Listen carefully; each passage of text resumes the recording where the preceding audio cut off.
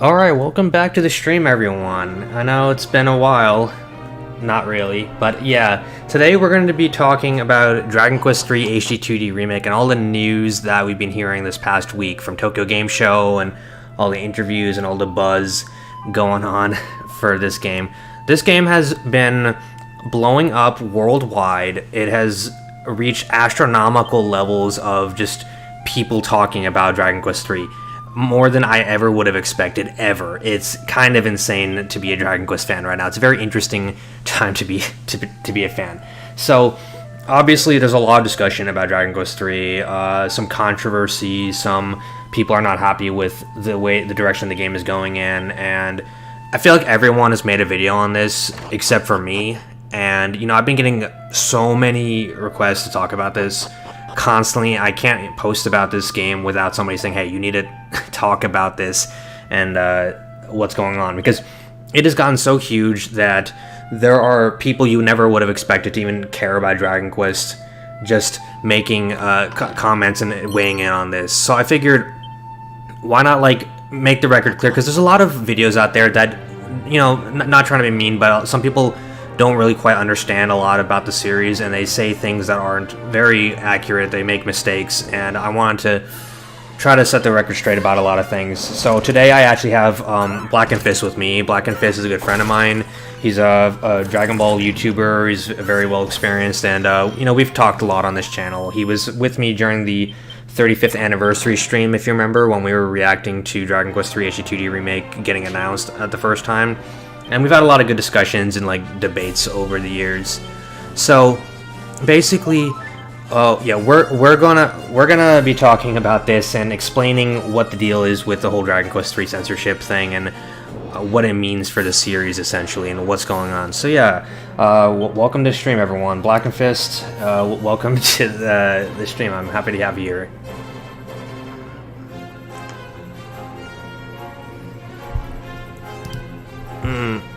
Why is he there?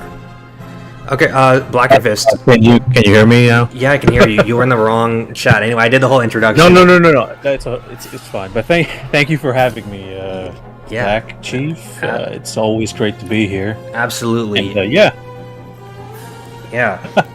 So obviously, we saw a lot of the game at Tokyo Game Show. I don't know. Did you watch the stream from TGS? I watched your stream of the Tokyo Game Show. Your stream on it. So I did. I can't pretty much caught up with all the news of Dragon Quest III and everything. Yeah, it's pretty interesting. Yeah. Yeah, of course, this is one of my most anticipated games of this year, honestly. Same here, honestly. This is probably one of the most anticipated games that I've been looking forward to for a really long time, and it's crazy because it's a game from over 30 years ago, and it's just a remake of it, and I'm looking forward to this more than any other game coming out this year at this point, which is kind of crazy. As you should be. Yeah. And like, so I'm showing some gameplay right here. This is new gameplay that was shown off at Tokyo Game Show of the Fairy Village. Hasn't been seen before. It's pretty cool, cool stuff. It's interesting because they didn't really reveal too much about the game during the TGS live stream. They showed off the Mini Metal King's hut. Did you see that? That was new. They never shown that off before. Yeah. That was new. We saw some gameplay of, I think it was the tower where you get that sage scroll with the tight ropes and all that. In addition that I really like is the monster arena. Now, the monster arena was technically in the original, right? Yeah. But it wasn't actually like the way it was in, like, for instance, in Dragon Quest VIII, which it seems like this game is taking its monster arena from that game. And the monster arena from Dragon Quest VIII was one of my favorite things about that game, so I'm very glad to see that it's basically coming back for this one. Yeah, it looks almost identical to the DQ8 monster arena, surprisingly. Yes. Compared to the DQ3. The original DQ3 one was basically like You're just watching monsters fight and betting on who wins. That's all it really was. Kind of pretty shady underground sort of gambling arena, if you think about it, which I find funny. Let me see. I think we have some gameplay of the monster arena in this playlist, actually. Yeah, I think right here, actually, we could show it off. So, by the way, something I didn't fully understand was how the monster wrangler works. So, yeah, I think they made it seem like the monster wrangler is necessary to do the monster arena stuff. Yeah, that's I at first that was my first impression of how it worked, but like I wasn't sure.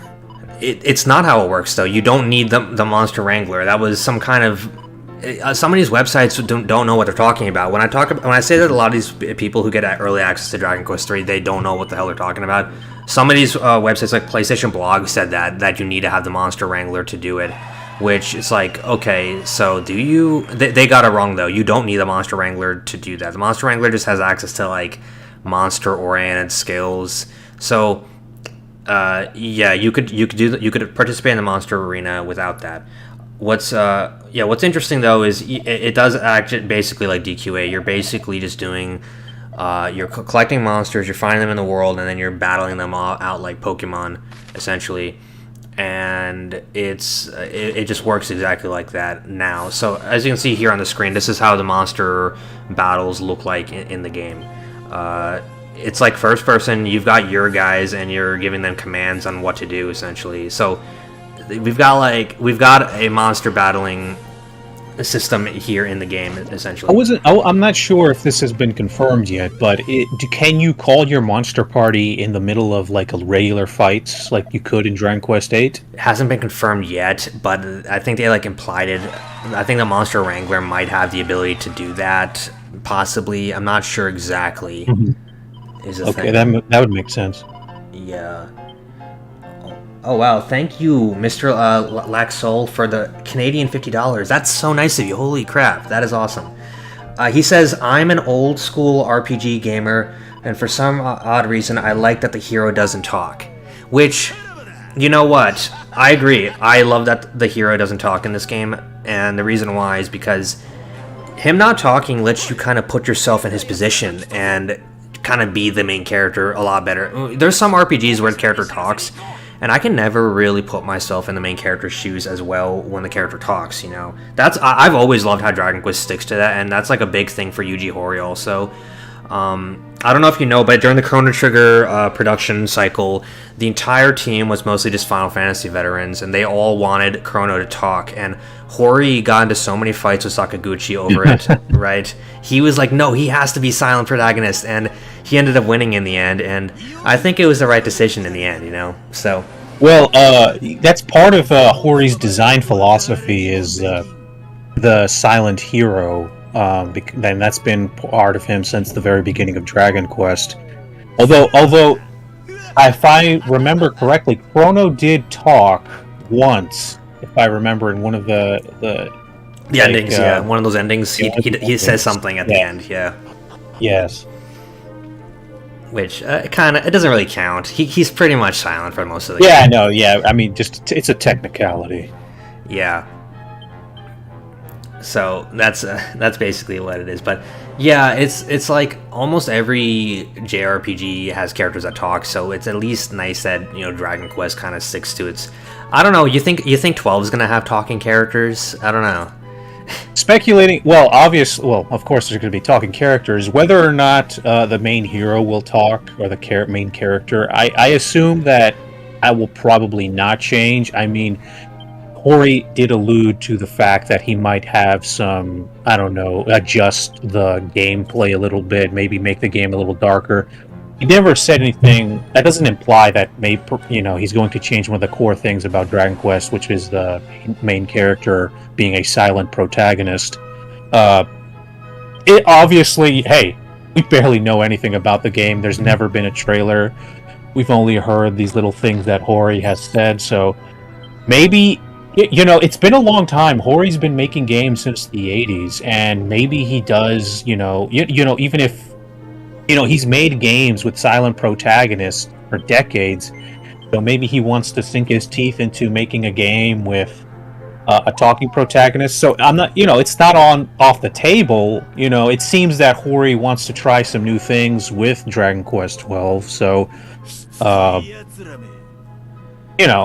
don't think it will happen. I won't believe it basically until I see some evidence for it. So, right. I kind of agree. As for Dragon Quest 3, I mean, you have to have the hero of the game be a silent protagonist if you're going to remake it. For Dragon Quest 3, like, how could you have the game any other way? Yeah. And Christian and Lopez in the chat is asking, would you like it if they gave you more options besides yes or no choices? Here's what I think. As long as he's silent and you get the choice to say like a sentence in the dialogue, but he doesn't speak it out, I would be totally cool with, like, like Persona 4 and 5 lets you just say things, but not really. The main character is still a silent protagonist, but you can articulate the character and make the character say different things. I like how that works. That's what I like. Well, there are two types of silent protagonists. There's the silent protagonist that is the way it's presented to the player or the viewer. They are silent, but within their own world, they speak, right? And then there's the other type of silent protagonist where they're just actually mute. They actually do not say anything within their world. They are actually mute. And Dragon Quest protagonists fall into that first category where, I mean, at the very least, they do say yes or no. They actually say that. You know what I mean? Like, within their own world, they actually say yes. At the very least, they say yes or no. So they're not actually mute. Like they're incapable of speaking. They do speak. Right, right. It's like implied what they're saying. It's just sometimes. It's just the way it's presented to to us, the players, where we don't really see them talk or we don't really see them say anything. But obviously, within their own, if you really think about it within the context of their own world, they actually do say something. At the very least, they say yes. Right. Right. Right. Which is. I criticized it before. I criticized it in the Dumb Things by Dragon Quest video. I said, hey, why are we still doing this thing where, the characters only say yes or no? It's kind of stupid. And, like, the yes or no never changes the game. It's a meaningless choice. I'm not the biggest fan, and I wish at least there would be meaningful choices in Dragon Quest. That would be really cool is what I think, I think that would really change the game and be very interesting, Mm-hmm. Just my thoughts, though. I think Dragon Quest does need to change a little bit to become something more than it is. I feel like it could. The next game should have changes in, like, push the envelope a little bit further. Not really change, but like expand. Yeah. And of course, we're seeing the Robin Hood fight on the screen. His name used to be Kandar, but yeah, there was a guy dressed up like him at the Tokyo Game Show. I'm pretty sure that guy was wearing a fake rubber bodysuit. That's kind of interesting.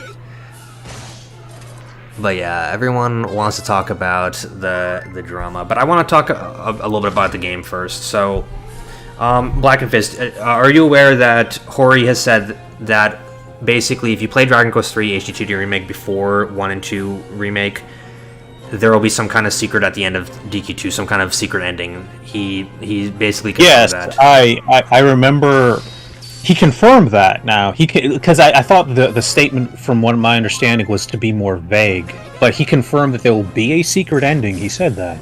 Yeah, and the secret ending has something to do with the red. Peter Parker's asking what my thoughts on the drama is. We're going to get to that. We're just kind of talking a little bit generally before we dive into that. Well, we are going to talk about that's what today's about. Anyway, so they show off all those toys and all the merchandising crud at the thing, right?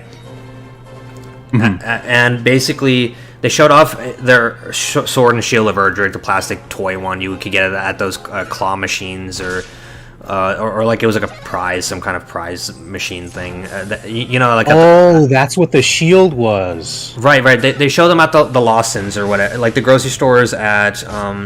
No, we only started the stream like 5-10 minutes ago. We were pretty. Everyone, nobody missed anything crazy yet.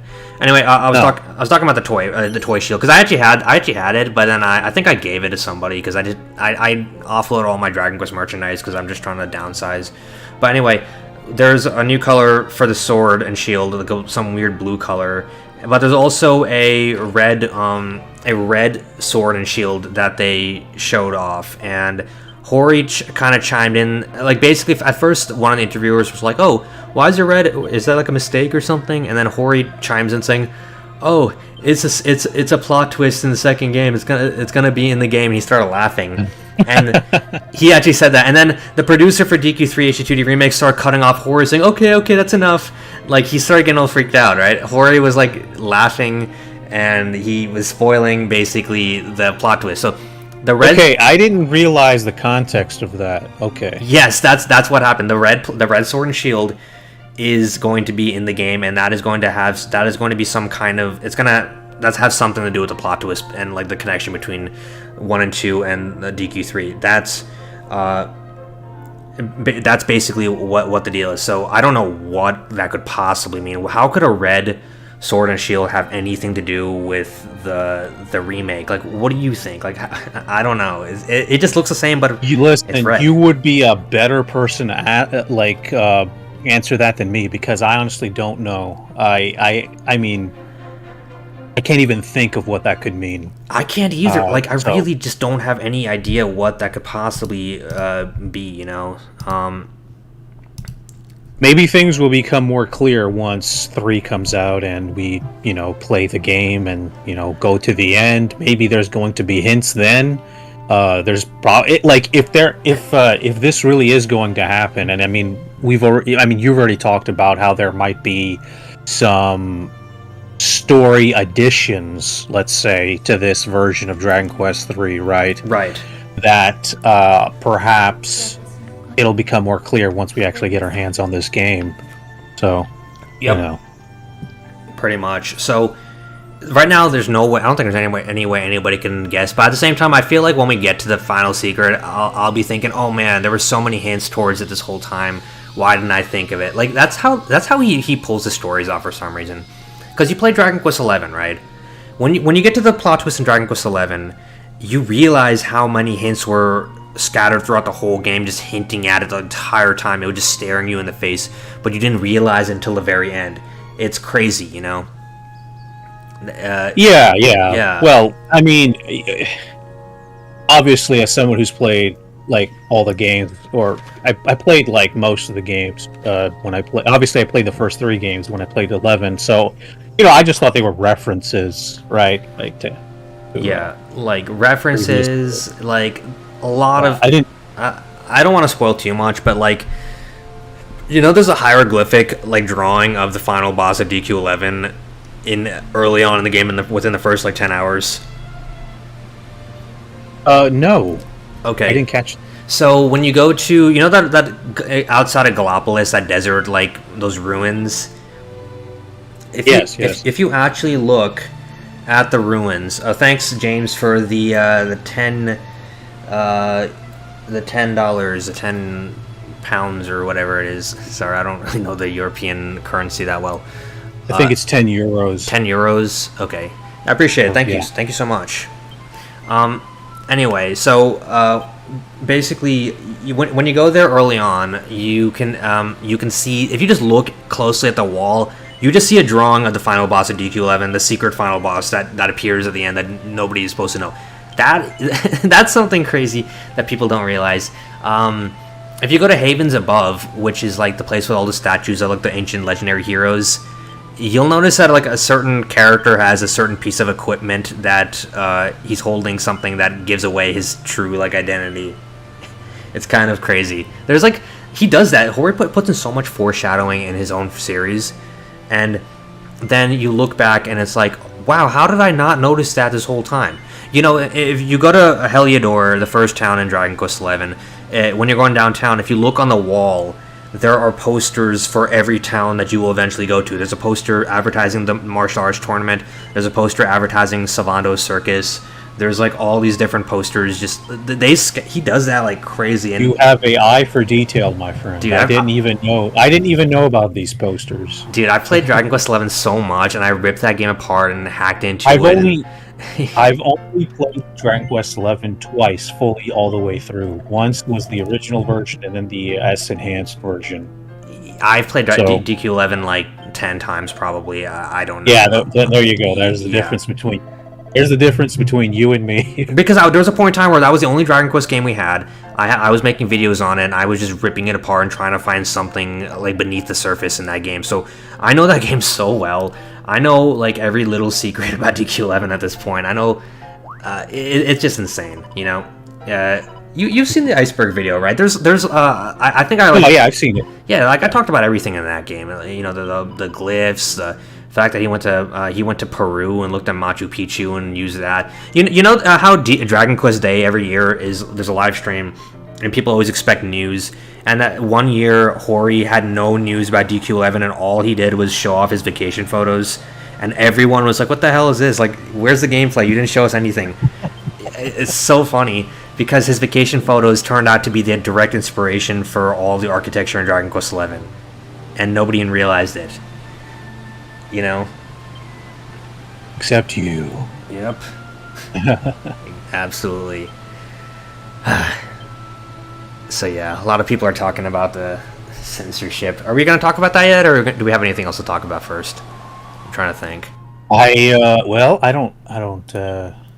don't have anything in particular. All right, so I guess we'll first explain what's going on, why it's such a big deal, and why it's such a big issue to a lot of people, and then we'll kind of dive deep into it. So basically, for people who don't know, Dragon Quest XI has got, or not 11, Dragon Quest 3 HD2D remake it's a remake of the original game from 1988. This game has been remade many times over the years. It's one of the most famous games in the entire Dragon Quest series, one of the most popular games, the best games ever. You know, it's a legendary video game, so of course this is the game that gets remade. I'm not surprised it's gotten remade. They announced it in 2021. Me and Black and Fist, we reacted to it live. It was a pretty crazy hype moment for the community. After they announced it, we haven't seen it for years, and now it's been like 3 years, and the game's finally coming out, and it looks different than it did before. Clearly has gone through a lot of different development stages, and it's kind of insane what this game is bringing to the table. You've got voice acting, you've got new graphics, you've got gameplay improvements, new classes, new gameplay mechanics. It is a very ambitious game. This game is like a treat for Dragon Quest fans everywhere. This game it looks great, it looks crazy. But there's a lot of other kinds of differences also that they put into the game, essentially. So one of the biggest ones that kind of popped up, and I actually think I might have been the first person to break the news about this in the West. I think I definitely was. Dragon Quest 3 basically has gotten rid of the entire concept of gender and has replaced it with body type A and body type B. Like most RPGs these days, like Elden Ring, like CD Projekt Red, like all these RPGs these days do this, and Dragon Quest is following and doing that as well. But in the original game, it was male and female. You could choose between the male main character and the female main character, and they look different in the SNES remakes. In the NES remakes, they looked exactly the same and had the exact same sprite, and the only difference in those games between male and female was how characters treated you and like the dialogue, essentially. So it's become essentially the opposite, where now the only difference is how they look. Before, the only difference was how the characters were treated by everyone, but now the characters are both treated exactly the same way by the game, but they look different, and there's two body types rather than two different characters. So essentially, do we know that's confirmed though? That throughout the game, they will be treated the same. I mean, yes, it's confirmed. Okay. So okay. Basically, this game, Dragon Quest 3 HD2D remake, is using. I've confirmed that this game is using almost the exact same localization and sprite as the Switch version that released like how many years ago? 2019, right? So 5 years ago. It's the dialogue almost in every scene almost exactly matches every little quirk and every little punctuation mark. It's almost like they ripped the exact same dialogue from the original game or the most recent localization, and they put it into this just to save time and money probably. So it's the same localization, but I've noticed that scenes where characters do acknowledge your sort of your gender have been changed to become gender neutral. So at the beginning of DQ3 on the Switch version, if you play as a girl, the king will call you the son of Ortega, and then he'll notice you're a girl and he'll correct himself, saying, "Oh, I'm sorry, you're the daughter of Ortega." Well, in this version of the game, he calls you the child of Ortega. So there are a lot of scenes like this where they take the dialogue from the original and they make it gender neutral so that it works for both versions of the person, essentially. And a lot of people don't realize this, but yeah, that's one of the biggest differences between... The thing about Dragon Quest III you need to understand, right, is it's one of those very few RPGs where the gender actually makes a difference in the game. A lot of games, you choose male or female, it doesn't make a single difference at all, besides how the character looks. In Dragon Quest III, specifically this one, your gender was a very interesting mechanic that Hori put in the original that had some sort of meaning to it. So you play Dragon Quest III, you choose a female, it gives you not only different dialogue where characters would talk to you, essentially. So, let me, for example, let me just show you what I'm talking about here. I'm going to pull up DQ3 on the Switch. And here, view capture device. There we go. Here's Dragon Quest III on the Switch, if you guys can hear it. Black and Fish, you can't see what I'm playing because it's a capture card, but this is the Switch version of the game, right? I'm showing you guys this. So, for example, you come here into this is just an example I'm showing you. I'm playing as the female protagonist right now, right? I go up these stairs and I talk to there's this little kid here, right? I talk to him and I say... I'm trying to figure out what the... There we go. So here we go. So he immediately responds saying, "What? So the mighty hero everyone's been talking about is a girl?" You say yes. "No way. That's amazing. I didn't know girls could fight monsters and go on adventures and things too. Wow." The game is just full of scenes like this where if you're a girl, you get a different sort of dialogue choice compared to... You get a different dialogue compared to when you talk as a guy. And yeah, it was quick just because my Switch is already plugged in. So anyway, I'll plug that video capture device. But yeah, basically that's how gender changes in the original version of the game. Yeah, the MIDI version is pretty bad. Anyway, so essentially they're getting rid of all that dialogue. So any scenes where people are like, "Oh wow, you're a girl, you're fighting monsters, that's so cool," that I assume is going to be removed from the game essentially, which it's a shame because I always thought that was kind of cool, was that you play as a female and you go into a place and characters would acknowledge your gender choice, which a lot of RPGs don't do.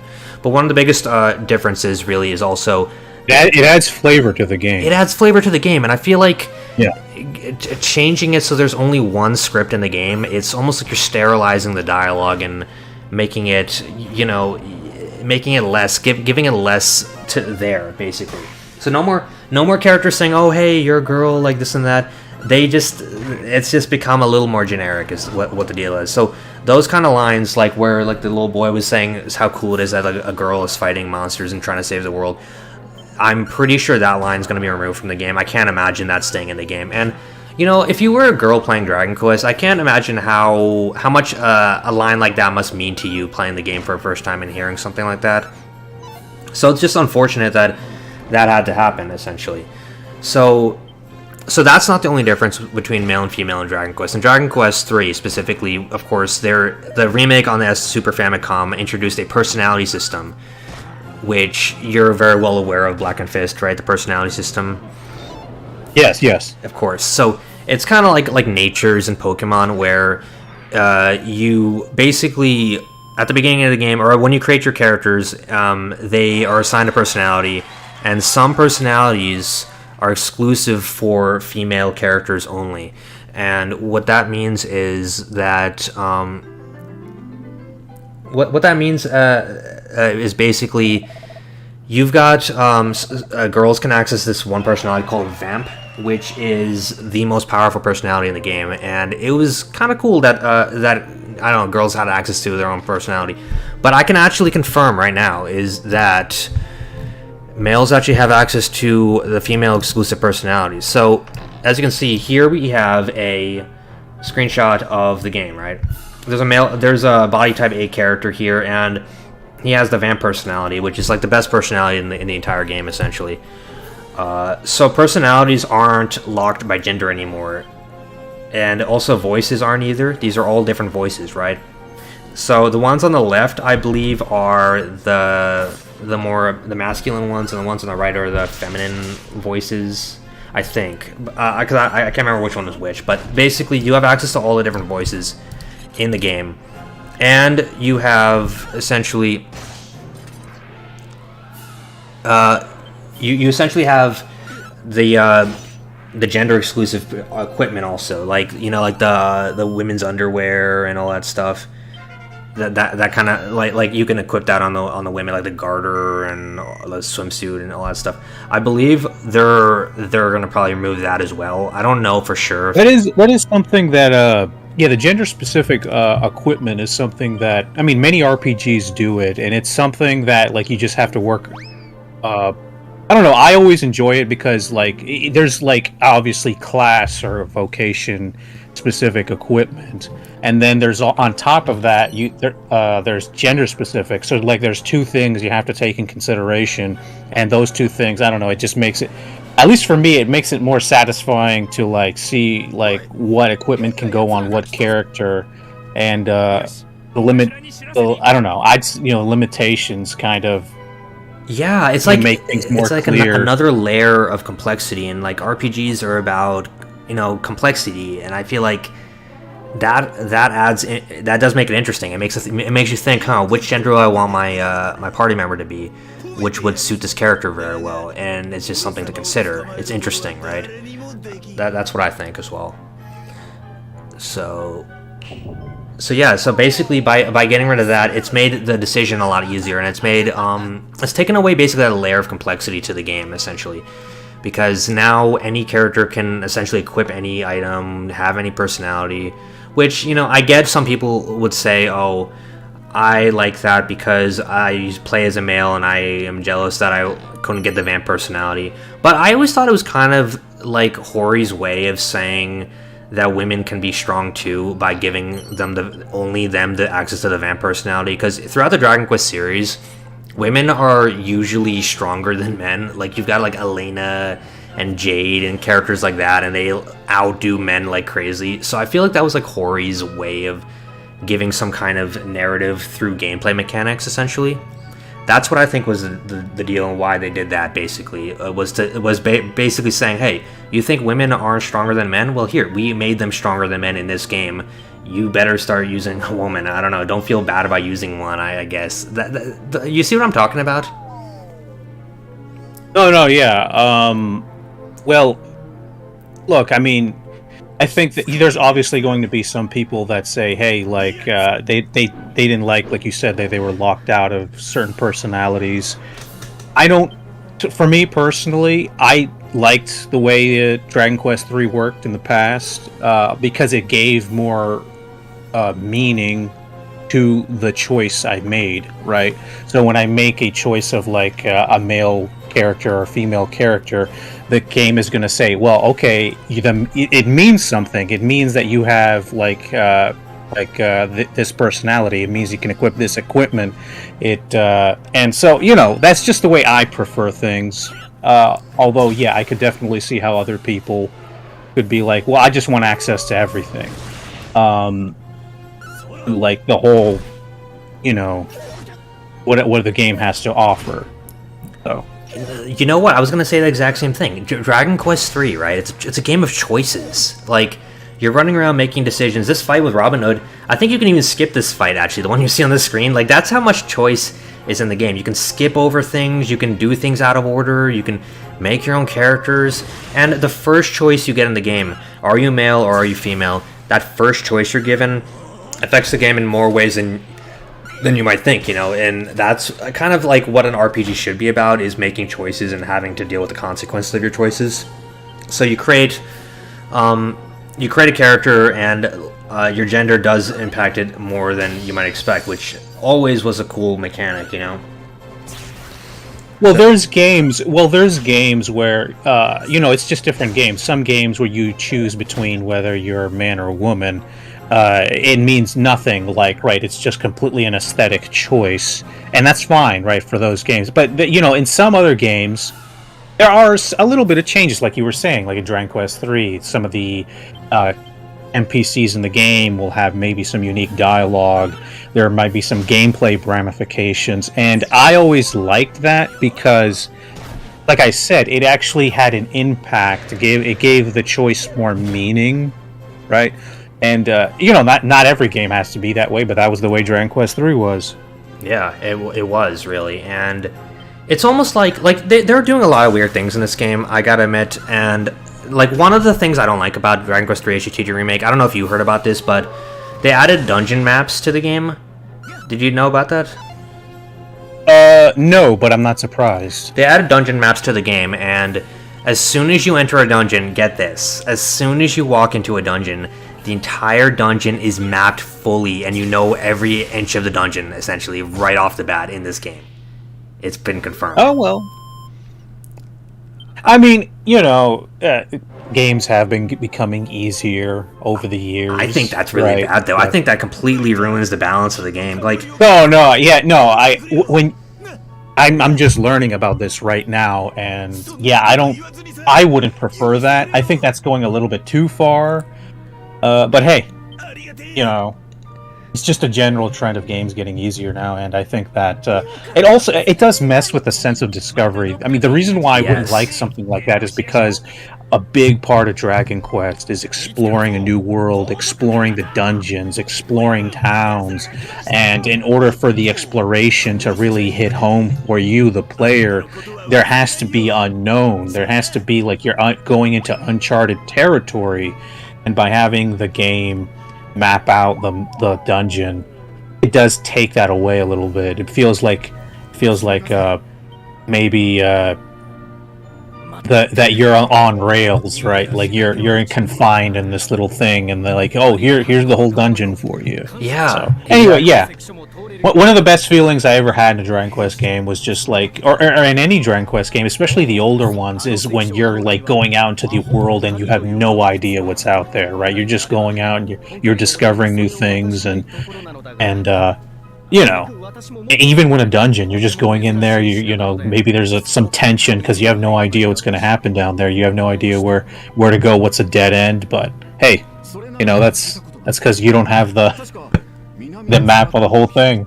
Map of the whole dungeon. Yeah. Wait, someone in the chat is saying, how does running in a game like DQ and break the balance? I'm just going to answer this real quick.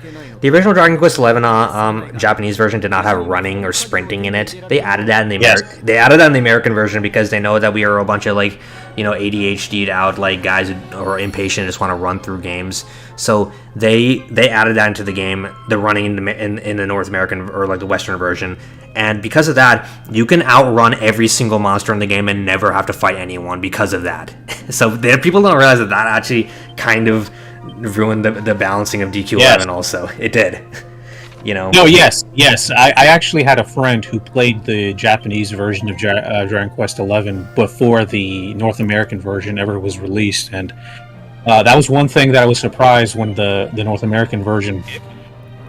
Oh, there was a running button now, and a first-person camera. Also, they put that in the game. Also, Yeah. So, the original version, you were stuck at that default running speed, which is pretty slow in hindsight. But and I don't really mind the sprinting because whatever, I'll grind later. I'm kind of impatient guy. Also, I hate that kind of stuff where you have to wait. So I don't mind it either. But anyway, we were talking about the dungeon maps, right? So the dungeon maps, some of these dungeons are really not designed to have maps. They're not meant to have a map. And having a map ruins a lot of these dungeons, like the path of promise or whatever, that one with the 3 corridors, right? Let me show actually everyone because it's easier to show than tell. Hold on a second. I think it was here. Yeah. Your father knows about saving money. No, you're not gonna advertisements, okay? I don't want to give advertisements my, okay, so... Is this the path of promise? Alright, here we go. I'm trying to find where they show it. There we go. Alright, look at this. So, for those who play the game, you know what I'm talking about. This map right here, right? This is a dungeon map.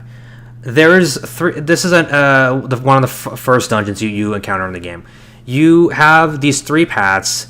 One of the paths leads to the exit. Ooh, I wonder which path leads to the exit. You guys, they give you this map as soon as you enter this floor, right? The entire point of this floor of the dungeon is you have to choose one, and then the other two will bring you down a corridor. You'll get like jumped by monsters and get destroyed. The one on the left obviously is the right one, but they give it away with the map. It doesn't even make sense. It's stupid. This is actually an excellent example because the game design was just meant for you to, like I said, it's an unknown, right? These corridors you're going down are unknown, and it's not meant for you to know them. It completely breaks it when you just have the map like this. Exactly. So yeah. So essentially, my point is, this game does a lot of weird stuff that. Do you think that was Hori's decision to do that? Be real with me. Okay, I mean, that's a very hard question to answer because hey, we're not there. I don't know. I think there's something. I think like this game has a lot of weird decisions like that. Like I think they Square Enix. Well, here's the thing. Like Hori, like I said, there is a trend industry wide, just games in general, for them to become easier, and that is something that is just happening, right? Like across all genres, everywhere. So it could be the case. I mean, I could see it. I could definitely see that they maybe made the game with like the way it worked in the older games, where everything is in the dark and you have to go explore, and who knows, maybe somebody made the choice like, hey, you know what, we're just going to have all maps be visible now because it's just going to make things easier for the player, and that everyone wants. No one wants to have that much of a hard time with video games anymore. They want more instant gratification. So, dude, I wish, if they had like a classic mode or something that would just give people the original experience, I feel like nobody would care, That's my thing. Like, you want to play the modern version with, with maps and all that stuff, then you can give that to people. But if people want to play like the original version, the original kind of feel, then that should be an option, I feel like. But it's not. It's not even an option, That's my thing. No, if there was an option, then yeah, that would be the best of both worlds, because then they could do all these like the map thing. But if you want to experience, because there's going to be like me, like if I hadn't played Dragon Quest 3, because I already have, but if I hadn't played it, there's going to be people that want to experience the game, maybe in a close approximation to how the original was, right? Right. And they might not be the majority, but they're there, and I think that having a choice to do that, that would cover all the bases, basically. Right. So that's essentially what I'm getting down to, and it's like it makes you wonder. So was removing the gender kind of like that, where it's a decision that doesn't really, the game maybe wasn't designed for that. Maybe the game was designed for playing at two different routes. Like you play as a male one route, and then afterwards you're like, oh, I want to play as a female this time. With the gender thing, I think I don't know if we might get into that, but I think it had more to do with the integrity of Hori's vision, of the Japanese team's vision, of how the original game was. But we should probably get talk about the interview soon, because everyone's asking about the interview and wants us to talk about it. All right, so and just in time. So, for those of you who don't know, after the Tokyo Game Show, should you not mention that maybe perhaps some of the designs are changed? Oh yeah, the designs. I didn't even mention that. All right, so there's monster designs, and so basically, we have essentially they changed some of the designs in the game. We got new artwork for every single character in the game, right? New character for every single class, and for the main characters. And the one that everyone's talking about is this one, the female warrior. It has gone worldwide viral. Everyone in the world is talking about this. It's made Dragon Quest into like a huge talking point. This simple design, And this design originally was created by Akira Toriyama, creator of Dragon Ball and the artist for Dragon Quest. This right here is his design. This is the new design by the new artist. And I know a lot of people love bringing this one up. This one, a little fact for you, Toriyama did not draw this one. I'm fairly certain it was Nakatsuru, the guy who worked on Dragon Ball GT, but it was not Toriyama. I just want to clear that up because a lot of people like spreading misinformation about this series. And the thing is, there's a lot of artists in the Dragon Quest series who mimic Toriyama's style, and a lot of them are very good. But if it's not, a rule of thumb is if it's not in the book, you know that hardcover art book, Dragon Quest Illustrations, if it's not in there, it's not by Toriyama. That's how it works. So everything is based off of this original warrior design. There's actually another one here. This one's by a woman, actually, this one right here. It's by a woman named Yumiko Murakami. She's a pretty well-known Japanese artist, author. But as you can see, these two designs, which are made by imitators of Toriyama, are pretty faithful to the original design. The original warrior design, the female warrior design in Dragon Quest III, is probably one of the most iconic designs in the whole franchise, actually. It has shaped Japanese fantasy almost. It's like every anime or video game, like Japanese video game you play, has references to this exact design. It's kind of crazy, it's kind of out there, but it's very authentically Toriyama as this design. It's like a woman in a bikini, like fighting monsters. It's kind of crazy. It's kind of cool. It's always been a cool design. It's very, very fantastical. Yeah, it just kind of screams like fantasy. You know, it's like it's crazy. And the thing is, yeah, she's like a tough lady. She's like angry, kind of. It's cool. It's a cool design. And I think Toriyama, to me, right? He's one of my favorite artists of all time. I think he's the greatest comic book creator who ever lived, and everything he makes is like amazing and is a work of art. All of his Dragon Quest III designs are works of art, should be like in a museum. You know, they're perfect. And I think that you create remakes of his works, and you should try to make it as close as possible to the original. You know, kind of in line with the original's design. So you got this version right here on the left, which honestly, it's a good drawing. It's a good drawing for the most part. It's well done. You know what I like is that the shield is actually based on the shield from the original. It's a little more accurate in that regard instead of that round shield. The shield actually even has the Dragon Lord on it. Some little trivia. You'll see it when you look at the male warrior. But yeah, there's a picture of the Dragon Lord on the shield, and this shield didn't really get that quite right. So in some ways, this is actually quite a good drawing, and it's a little bit closer to the Super Famicom design than it is the Famicom. All things being considered, like the designs, even the new design for the new one it's very similar to the old one. It's like super close. It's really close. Yeah. Like the change itself. Just to put it this way, the change itself to this design doesn't really bother me that much. It's because like I said, it's very similar to the old one. What bothers me the most is the implications of what this means. We'll get to that after the video. Yeah, we'll get to that after watching the video. But I just want to say that it's pretty close. I feel like whoever made this, right? I don't think they were intentionally trying to destroy like ruin Toriyama's designs. I feel like they were trying as close as they could to get the design down. And I think I talked to you about this before. But when I first saw this, when all this broke and everyone was like, talking about it, something I noticed is that it's like, once again, it's a very similar design to the older one, and it's. I don't know if this was the intention, but I kind of got the feeling that whoever was doing this design was intentionally trying to keep it as close to the original design as possible, with and still maybe trying, appearing to these new, demands, right? Or I guess you could call it, right? Yeah, like whoever was demanding that this change. They were trying to keep it as close to the original as possible, because I could tell you that, if this was maybe, it could have been much worse. I'll just say that, like, it could have been way worse, because honestly. Yeah.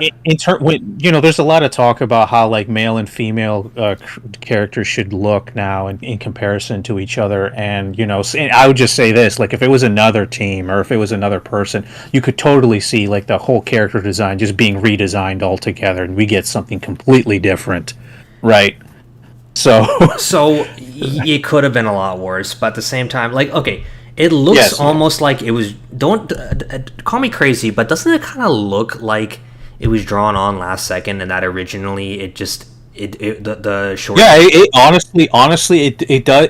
I mean, we don't know what the timelines of any of this is, but like, yeah, it totally could have been done last second. And like I said, it like the design is like it's almost seems like they're doing the most minimal possible to keep it as close to the original. Whoever was demanding that this change, it was clear. Like, at least I got the sense that they really wanted to keep that design. They really wanted to keep that original design, and I think that's pretty clear. I mean, I'm just going to say I think it was pretty clear they wanted to keep it the original, and they did as little as possible. That's what I think. And the thing is, this is not new. If you're a fan of Dragon Quest, you know that this has happened before. This is nothing new. This series has been riddled with censorship since the beginning. Since I'd say that the only two Dragon Quest games that are completely uncensored are Dragon Warrior 1 on the NES and 7 on PS1. Those are the only ones. Absolutely. No, 7 on PS1 was, in terms of like, because you're right. I think we should also mention Dragon. This is nothing new. Like, there's been things that have been changed in the American version or censored in the American or other international versions of Dragon Quest. So this is nothing new that's happened in Dragon Quest. But the Dragon Quest 7 on PS1 was one of the best. In terms of censorship, it probably might have been the top of the line. We'll probably never get that good ever again. It won't ever. Yeah, that in terms of censorship, it was amazing. Like, they called God.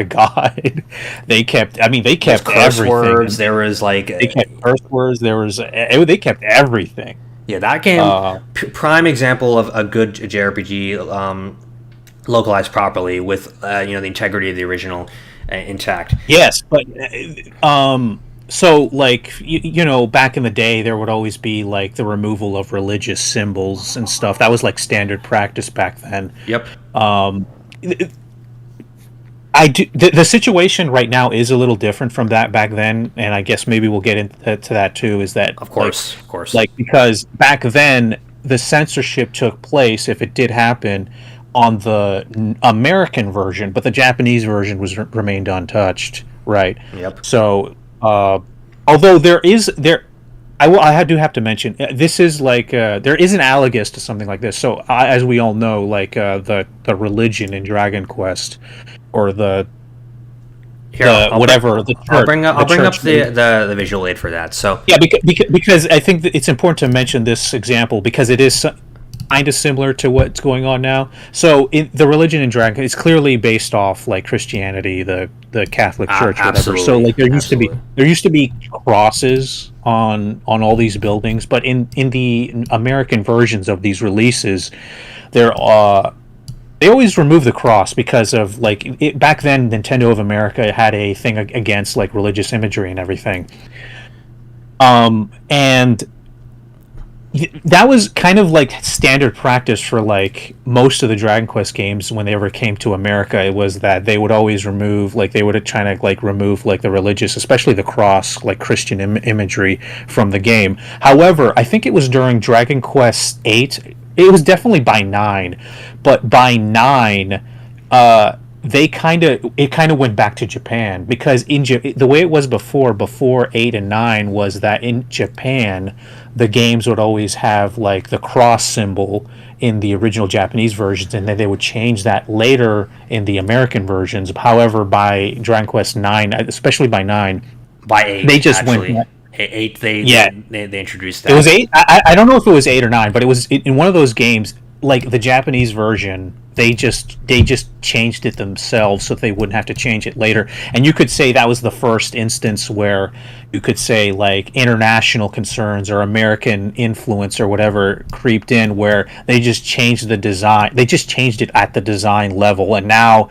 the symbol is removed even in the Japanese version. And this happened before all this kerfuffle and everything. So, you know. Right, and Yes, yeah, exactly. This is DQ8 art. If you play the game DQ8, these guys have the trident on their hat. So Toriyama never drew this trident thing ever. He always drew crosses on every single religious character has crosses in the Dragon Quest series, according to Toriyama. So DQ8 was censored in both Japan and the West.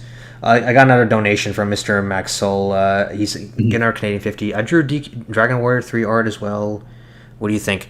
Ping me in the Discord server and I'll look at it. Go ahead. By the way, the Discord server, the link is in the description if you guys want to join and talk about Dragon Quest, have a good talk. But anyway, Dragon Quest religion has crosses, not tridents, not Mercedes-Benz logo like they made it in DQ11 because they changed it to that. But for some reason, yeah, they did that. But what's weird is the Crusader guys in DQ11 all seem to have these trident necklaces also. So it's like there's two religions in DQ11 or something. Like, a lot of people... Well, I mean, it could be the same religion, just, different. Because, the religions don't always have the same symbols. But anyway, the point about bringing all this up is that this is an example of censorship that's kind of similar. That's actually, I think, the most similar to what's going on now. And you could say, what does this really change about the game? And you're right. I don't think in the grand scheme of things, this is a big deal. Like, it doesn't make the games horrible by no means. Although I will say, I didn't like it. I never liked these changes. I'm kind of a purist. I kind of would have liked. Same. Yeah, I would have liked these things to just be left untouched forever, or left untouched from their original Japanese version, and not for like the Japanese version to go in and just retroactively change everything. So, once again, I prefer these things to remain untouched, but hey, it happened. And yes, in the grand scheme of things, this one change, it's not like this one change makes the game terrible. However, the implications, I don't know, that could be a little bit, that could go a little bit further, and that's something that perhaps, could affect things down the line. And who knows, maybe they're affecting things down the line now. Exactly. From this, because with this change, it clearly can't, the changes were happening in America for years before they reached Japan, right? They were happening in America since like the beginning, and then by like Dragon Quest 8 years later, it finally just they just changed it. Right. Now, I also want to mention the monster changes too. I want to talk about that. So, my favorite example actually is Zoma. So obviously we've got Zoma here. Now, for those watching at home, can you see the difference between these two characters? Don't say anything, Black and Fish. Just I want to see if people watching can tell the difference between these two drawings. It's something I always complain about, like all the time.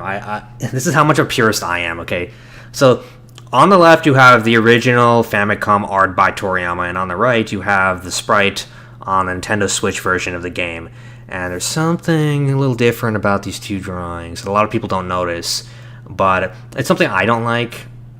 And it just goes as far as I want Toriyama's designs to basically be the same as they ever were. I'm such a Toriyama fanboy that I want his art to just be unadulterated, just pure Toriyama. So people are saying in the chat the finger count. He's got 5 fingers here on each hand. He's got 4 on each hand here.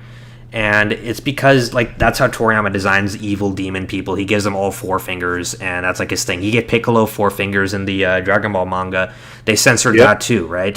In the anime. Yeah, in the anime, he does not have the 4 fingers. He has the regular amount. Right, which, it's censorship. That's censorship, too. I mean, he's supposed to have 4 fingers. That's Toriyama's vision for whatever reason.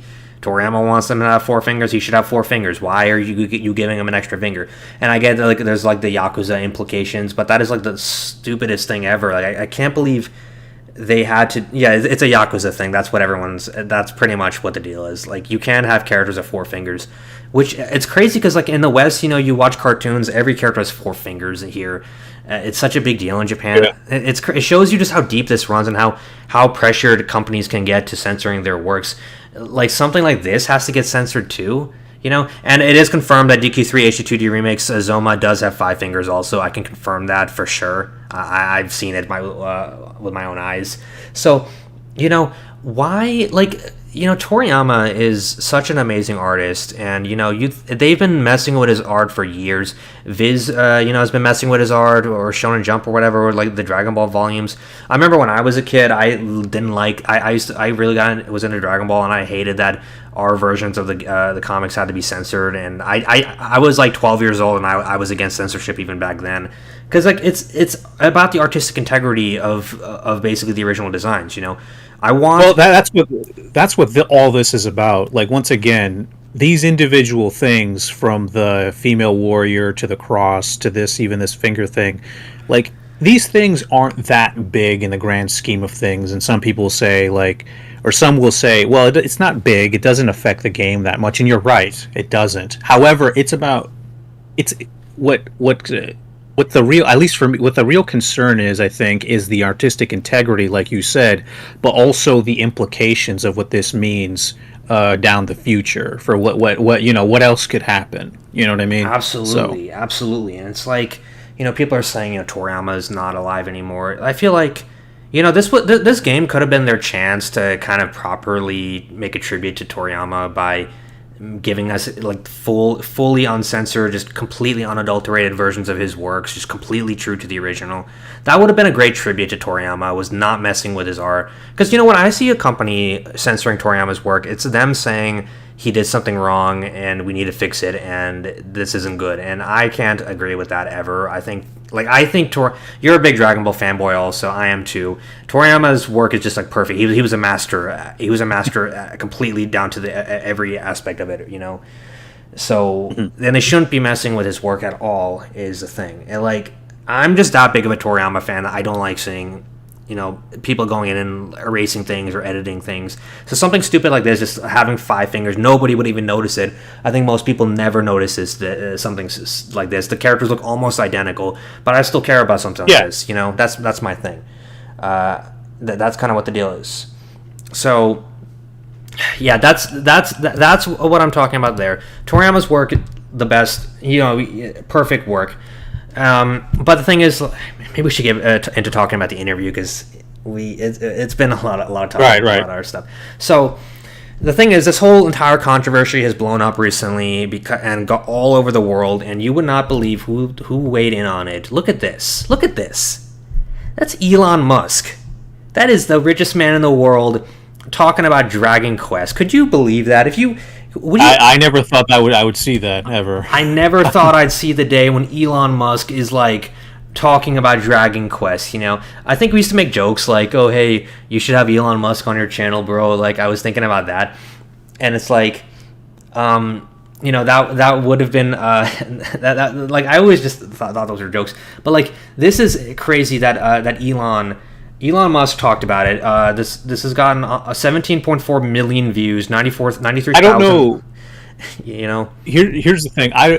I've thought about this, and I don't know if Elon retweeting this is a good or bad thing. Because I could definitely see that going both ways, dude. Because let's put this, like, let's be frank. Let's just with a minimal analysis. This is not good public relations. This is not good PR for Square Enix.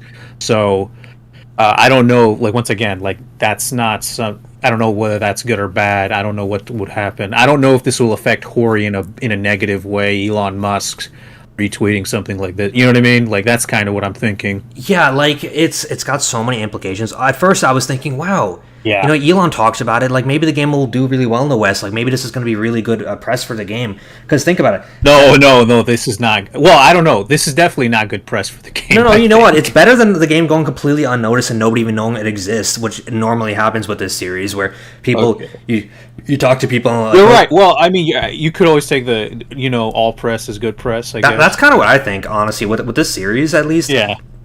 I feel like this is better than the game just going under the radar and people forgetting about it in like a month or two. Like the fact that Elon Musk talked about it it's astronomically huge. I don't think the series has ever gotten this kind of press in the West ever. Like it's never gotten this kind of attention. Like, have you ever? This kind of attention, absolutely. Like, because this is just completely viral. Like this. I don't think there's ever been a controversy with Dragon Quest like this that has gone like this much. No, and it's crazy that this has gone this far because of Dragon Quest. Meanwhile, like other games have done the Type A, Type B thing and the censorship thing. But I feel like the reason why the censorship thing is popping off with Dragon Quest specifically is because there is very specifically a point of reference is what I want to talk about, because the reason why you're right, Dragon Quest isn't the first time to like this happen, like the whole Type A, Type B, but there's two reasons. One reason is because this is a remake of a previous established game where we know that's not the way it's supposed to be. And then the second reason is kind of this interview, because it kind of, let's just say this interview kind of implies that Hori wasn't up for it, basically. Right. So like, obviously this character on the particular, this female warrior, they've been attacking her for years, giving her shorts, giving her underwear. It's always been a stupid thing, but now people are noticing because it's a remake. And now people are like, wait a minute, that's not how it originally looked, and it makes it more obvious is the thing. And I'm kind of glad that like it's getting a little bit of attention, because I've always had a problem with the Dragon Quest series being censored. I want Dragon Quest to be like it's supposed to be, the way Hori wants it to be. But anyway, we've got this interview. It's on Yuji Horii and Kazuhiko Torishima did this interview for their new radio show that they were trying to do. I believe this was supposed to be like the first episode of like their podcast or whatever they were doing. And the first episode caused like a massive amount of like drama all over the world. People are talking about this. So we're going to watch this. This guy on the left right here. So this guy right here on the left, I talked about him in my Akira Toriyama documentary that I wrote, right? He is Kazuhiko Torishima. He is the former editor-in-chief at Weekly Shonen Jump. He was the editor of Dr. Slump throughout the entire Toriyama's run. He was the editor of Dragon Ball at the beginning of Dragon Ball's run. He essentially is the guy who gave Toriyama his job, the guy who discovered Toriyama, who guided him throughout his career. He is very much behind the Dragon Ball series, like one of the biggest names in the entire manga industry. Super awesome dude, like one of the like a legend in this industry. And he's also a big name when it comes to Dragon Quest, because at the time, Hori here, Yuji Horii, was the creator of Dragon Quest, was working at Weekly Shonen Jump. These guys are both, publishing guys. They're both editors. They're magazine kind of guys, and there's a community between them. So they were friends with each other. Torishima was talking to Hori. Torishima was a big gaming fan, like a huge gamer. Hori told Torishima, "Hey, I'm making a video game, an RPG game. I need an artist." Meanwhile, Torishima had his guy Toriyama working on Dragon Ball day and night, and he basically said, "Oh, I know a guy. My guy Akira Toriyama. He'll be your artist." He volunteered Toriyama without even asking for Toriyama's permission. That's the kind of guy he is. And he told Toriyama, "Hey, so you're a sign up for this video game called Dragon Quest. You need to work on this." Took Toriyama a couple months. Him and Hori basically were introduced to each other by Torishima. So Torishima's he's kind of like a producer for Dragon Quest, kind of, not really, but his involvement with the series, he has some involvement with the series is the thing. People try to make it seem like he has no involvement. He definitely is part of the Dragon Quest story. You can't say that he isn't. And after this, especially its origin. Right. Especially the origin, like the origin of Dragon Quest. This might not have happened if it wasn't for Torishima. The whole Dragon Quest thing might never have come to fruition. Essentially, like Hori might not have gotten a good artist, and the whole series could have fallen apart. Dragon Quest is what it is, partially because of Torishima. So I think Torishima's input is very important when it comes to this series. But anyway, they're here talking. They hang out a lot. They're doing an interview, and the interviewer basically asked them a question, and we're gonna go through it and pause here and there and analyze what their statements are. So here we go.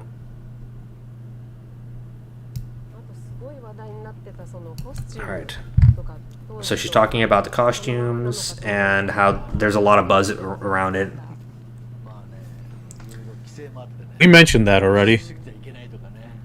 All right, so weren't some of the other design? I mean, everyone's talking about the female warrior, but weren't some of the other designs kind of changed too? Yeah, the Gadabout bunny girl, they made her they covered up her up below a little bit. It's gone so far that a lot of characters are their designs are just changed. Yeah. It's not. I think the one everyone was focusing on was the warrior because that's the most obvious one. But they did change the bunny girl also. But it's just a one big issue, and there's a big reason behind all of it. So Hori says that apparently it's not allowed to show too much skin. So first indicator that this was done because it wasn't allowed, rather than him actually saying like that he wanted to do it. So let's. Well, I don't really want to dig too deep.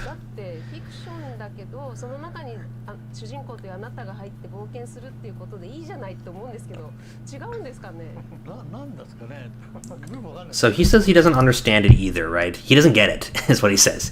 She says, "Oh, I don't understand what the deal is." He says, "I don't understand." Something I never understood about it either is that they're saying that they need to cover. The thing is that this game has pixel art, right? Yeah. And also, they mentioned here that maybe their age rating would be raised, but that was never a problem in the past, right? No, in fact, it's such utter bullshit when the people say that it's based on Sero, and because I don't know if you played this game that came out recently. It's called the Hokkaido Serial Murder Case. It came out last month. You heard about it? No. So basically, Yuji Horii made a game, and it came out last month, and it's a remake of one of his old games from before he made Dragon Quest. I played the whole thing on my channel in one sitting. I sat there for 9 hours beating the entire thing in one night. But anyway, that game, the Hokkaido Serial Murder Case, which let me just let me really quickly show it off. So look at this. Because I want to show you something. So I played that game, the Hokkaido Serial Murder Case, and it's a remake of one of Hori's games from the 90s, or not from the 80s. It's before Dragon Quest, before he even created DQ, and essentially this game right here, right. Here it is right here. This is the PlayAsia copy of the game. I ordered it, actually. It should be coming in the mail pretty soon. But really cool game. You know, very faithful to the original. Extremely faithful to the original. Like the art looks like the original, just pulled into modern day. And people are like, oh, Dragon Quest was censored because of Sero, and because they needed to get a Sero score that would allow them to sell this everywhere, right? And I'm trying to say that basically. Wait a second. I'm trying to find that. I'm going on PlayAsia's website. Why is Switch not on here?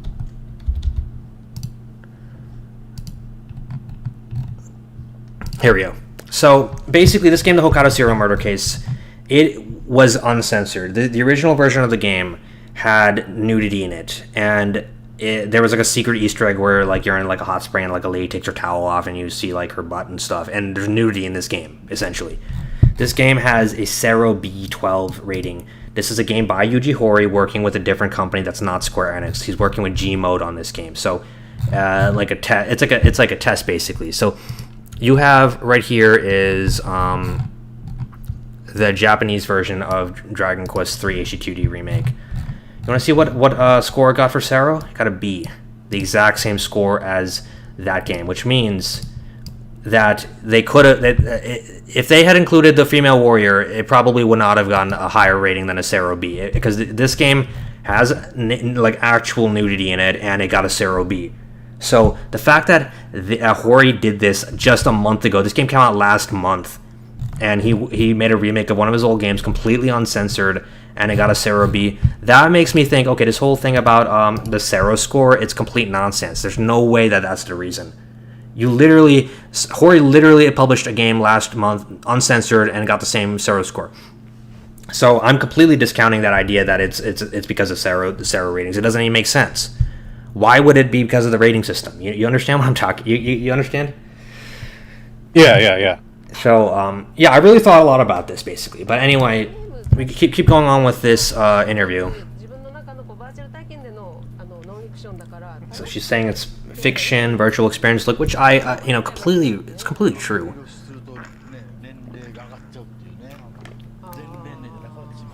So this all ages product thing.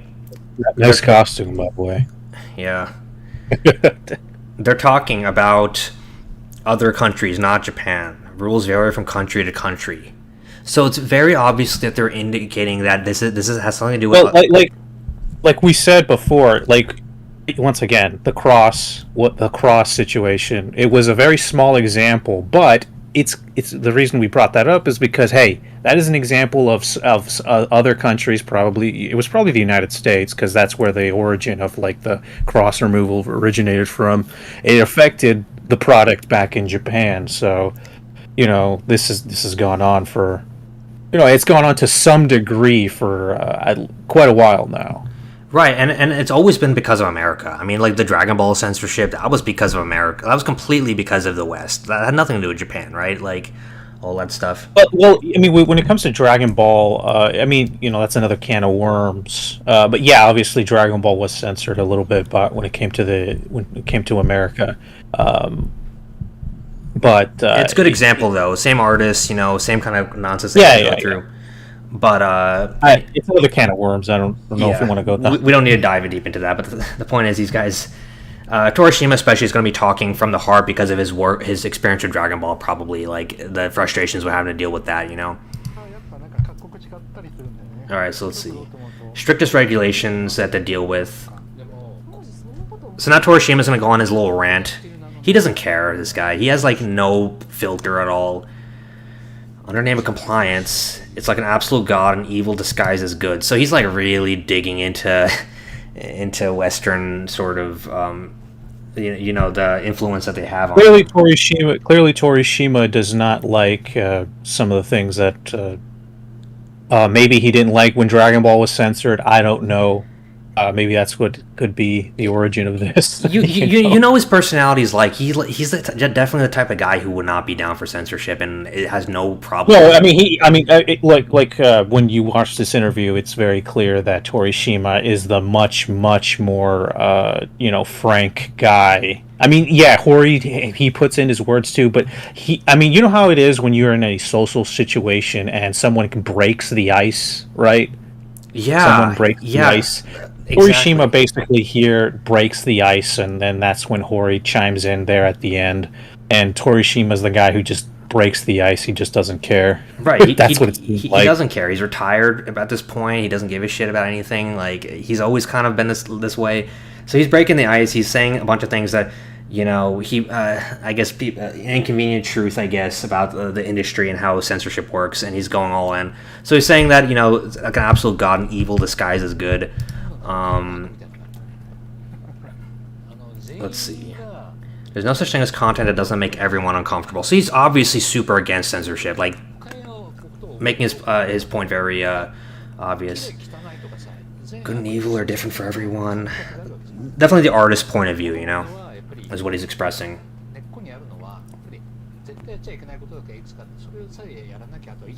Alright.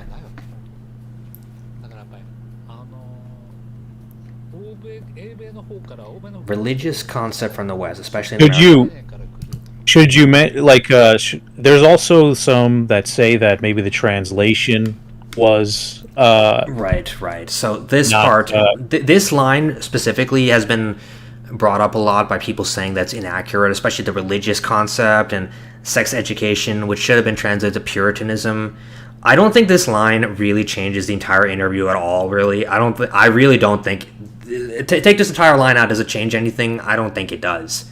I think Well, the thing is that what's most important about this whole interview is what Hori says, and what right. Hori, like he already said a couple things in the beginning, and then he'll say some things at the end, and unless, I mean, like you can say maybe there's a word here that wasn't translated, but if it doesn't change the meaning of what was said, then what that's what I find concerning is what Hori says. Right. Most. What Hori said is more important than what Torishima said. I don't understand why this is important at all. Why people are.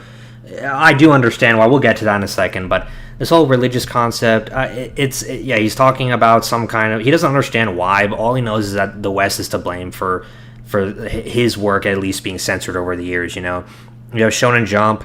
They had to censor this kind of stuff. They had a special label for their teenage manga. You remember that? Clearly, like obviously, the way Japanese culture and American culture approach certain things is different, right? So obviously, they have, like, America and Japan have very different cultures and religious backgrounds, and so the way, once again, like I don't want to, like, I don't know exactly what Torishima means when he's saying all this. I don't know, like when he says religious, I don't know if he means like there's some Christian thing going on. I don't know exactly. I don't know exactly what he means. And once again, but the thing is that I think that's basically what's being said here is just that Japan and America have very different. They approach things at different ways because of their different cultures and their different histories and religious backgrounds, and I think that's just basically what is going on here. Whether what exactly he means, I don't know, but I think what's important to always keep in mind is that the most important thing about this whole interaction is what Hori says. Yeah, people are saying check the chat. God damn, what are people talking about in the chat? The chat's just popping off, but yeah. And they're saying Shonen Jump Advance was what it was called. Yeah, it was Shonen Jump Advance. I remember because there was this manga I really liked by one of Toriyama's best friends, Masakatsu Katsura. You heard of him, by the way? Yes. So yeah, he made this romantic comedy manga called Eyes that I really liked, and you could only get that from Shonen Jump Advance. I had to order those online or something. It was because anything that's got explicit material in it or is a little bit raunchy, you have to get from that label. So that's kind of an example of what he was talking about, right? But anyway, check the chat. It's just reiterating what we said. Yeah, basically, there could be a lot of different meanings to this. People are saying that that is because of religious people, but at the end of the day, he all he knows is that for some reason Westerners don't like that stuff, and this could come from his days of work in the 90s localizing manga. Why he thinks that, because to be fair, back then that was the case. It really did come from a lot of people who were religious, Pokemon. They wanted to cancel all these different shows because they thought they had satanic imagery. That definitely was a thing that happened back then. I feel like it doesn't really happen that much these days, though. The thing is, that came to mind, but I don't know if that's what Torishima means. I mean, this guy is old, right? Right, so maybe, right. I don't know if that's his point of reference. I don't know. I don't want to speculate too much on what he means by this. That's why I just would broad strokes, right? Right. Look, Japan and America, they are different. Their religious histories and culture. Anyway, it's this doesn't matter. People keep arguing about this line for some reason. Even in the chat right now, everyone's freaking arguing about it. Who cares? This doesn't matter. This doesn't change anything about the whole thing, right? I want to just move on from this because this is stupid. Why is everyone so fixated on this? I don't understand. All right, so he's talking about his manga and how everything had to be categorized. Shonen Jump Advance. We were talking about that. So the 13 and 8, the 13 up one that had to be separate and in a plastic. It had to be plastic shrink wrap so kids couldn't open it. It was really stupid, It was really dumb. But that's. Well, again, I don't know if maybe he was never the censorship of Dragon Ball or something. Could be, because Dragon Ball had to get censored a lot. Also, Toriyama really liked drawing raunchy stuff in his early works, and that's a part of his personality, and it really comes out. I don't know. That's just speculation. I have no idea. He didn't mention it. I'm just speculating. Right. Anyway. let's just keep going. Japan gets negatively influenced. So he's obviously like pretty passionate about this. Japan is negatively influenced by the West because of all the Western sensibilities, essentially. So he's really speaking from like a point of frustration. You can see it. You agree, and Hori's sitting there, not really arguing with him. Is the thing. Well, once again, like I don't want to interpret too much of that, because the only thing I want to go by is what Hori says, right? And what's important here is, like we talked about the implications, like for instance, all the little changes that happen, them on their own, right? They're not that big. I mean, the biggest one obviously is the gender difference, like the whole removing it, because that actually does affect the game on some level. It does, a little bit more than just designs, right? But like I said before, is the bigger concern is not exactly the changes themselves, it's the implications of what this could mean maybe down the line, right? So like the cross change, it's not like that ruins the game. However, what's concerning about that is, why was this changed? Who had the power to change this? Why? What does this mean? And what it does mean is that maybe perhaps Hori and the Japanese team making these games are not in control of their vision. Hori's not in control of what the vision of this game is, and I do think that that does bother me a little bit. The fact that outside forces, maybe even from America or Canada or whatever, they could have demands on what the game could be, and it could go against the wishes of Hori himself and the Japanese team. And yeah, I do have a problem with that, because like we like Dragon Quest because of what Hori and his team do, right? We like it because of his vision for the game. We're here for that. We're not here for what anyone else has to say about like how the game should be, and they have demands on Hori, right? And that Hori disagrees with. And see, even though the small changes, like the cross change or the female warrior design change, they're not big. The implication is that if they can keep doing that, they are going to keep changing little things, or maybe change big things, to the point where it deviates more and more from what that team wants to do, right? And that to me is the bigger problem. I think that's the thing that I think does worry me, is that if someone is telling Hori what to do, right, and they're not even in the video, like someone else, like even from other countries, I think that's a problem. If he can't if he can't like just do what he wants to do with his game, right?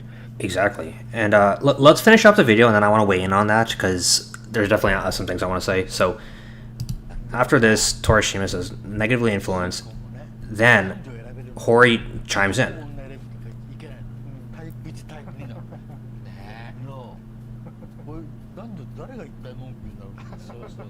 So Hori kind of chimes in, says, all right, so before we could do male and female, but now you can't do that anymore. We have to label them as type 1 and type 2, or A and B, whatever it is, right?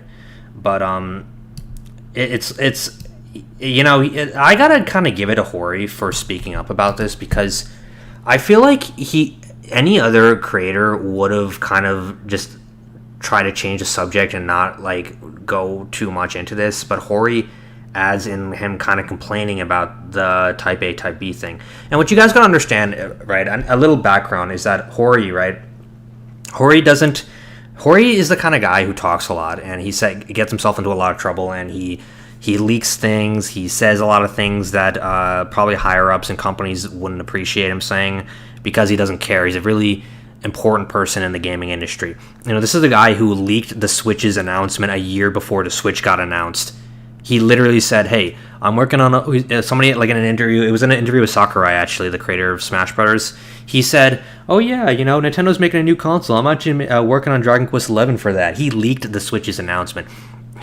at the Dragon Quest 35th anniversary event, there's a Square Enix employee who had a whistle, and they were blowing a whistle in case he ever leaked anything. Again, because he constantly does this. He's constantly leaking details about Dragon Quest and doing things against the grain a little bit, right? He leaked the announcement of Dragon Quest 1 and 2 3 years ago. He actually said that they were working on it, and somebody whistled at him, so we knew about this for years. He's the kind of guy who doesn't give a crap, and he says a lot of things, and sometimes upsets people who are higher ups at Square Enix. This kind of thing is very on brand for him to start chiming in rather than changing the topic.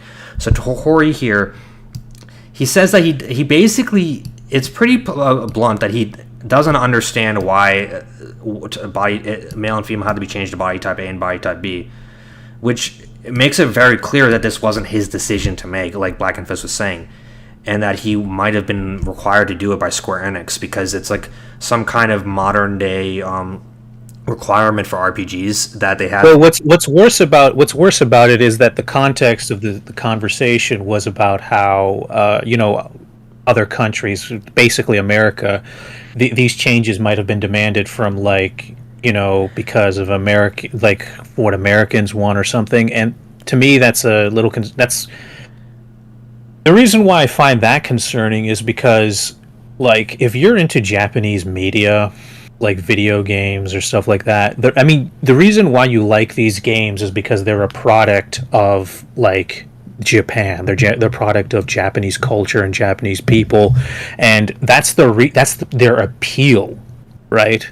That's part of the appeal, and Dragon Quest is most certainly a part. It's made by Hori and everything. So if there's going to there's sometimes this tendency among Japanese creators themselves, or even outside, we want to appeal more to an international audience. We want to appeal more to American tastes, and paradoxically, by doing that, it makes their games less interesting because the appeal, the Japanese will never be able to compete American tastes than American developers themselves, because they're American, right? Right. They're more intimately aware of the culture and society of America and the West. So, especially when this happens against the developer's will, which it seems to happen with Hori, that is, I don't understand how anyone really could could really support that. Obviously this is has a political dimension. I understand that there's people on political sides, and maybe you maybe you agree with it politically. That's fine. If you agree with what's happening because you fall on a political side and you agree with what's going on, okay, fine, fair enough. However, I hope that someone like that, even if they do fall on a political side where they agree with this kind of stuff, they at least have the empathy to understand why some people might have a problem with the creator of the game or the Hori himself maybe not agreeing with doing that. You know what I mean? Right, and it's we talked about this at the beginning of the stream. Hori gave Dragon Quest III male and female options for a specific reason, because he wanted there to be a difference between the two play styles, essentially, giving you a reason to play as a male or play as a female. And it's a gameplay driven decision, essentially, is what the deal is. He could have just made the whole game just males if he wanted to, but he put both genders in for gameplay oriented reasons. So because he had a gameplay reason for doing that, you've got, essentially, he doesn't understand why they removed it, and you could say that it could be in a way compromising his vision a little bit. How many other mechanics did he maybe want to put in the game that he wasn't allowed to? What are the implications about that? It's like what you're saying. He is being forced to do something that he doesn't want to do. That's the main problem here. If it was his decision, I don't think anybody would have a problem with that. Do you think, I don't think at least you and I would have a problem with it. If he decided that he wanted to do that himself and he's sitting here in this interview saying, oh yeah, that was me, I wanted to do that, that would be really different. I think the fact that some force of some kind is making him, somewhere at Square Enix or something, is making him do this, that's bad, because then the implication is, okay, how much creative control does Yuji Horii have over the Dragon Quest series at all? right?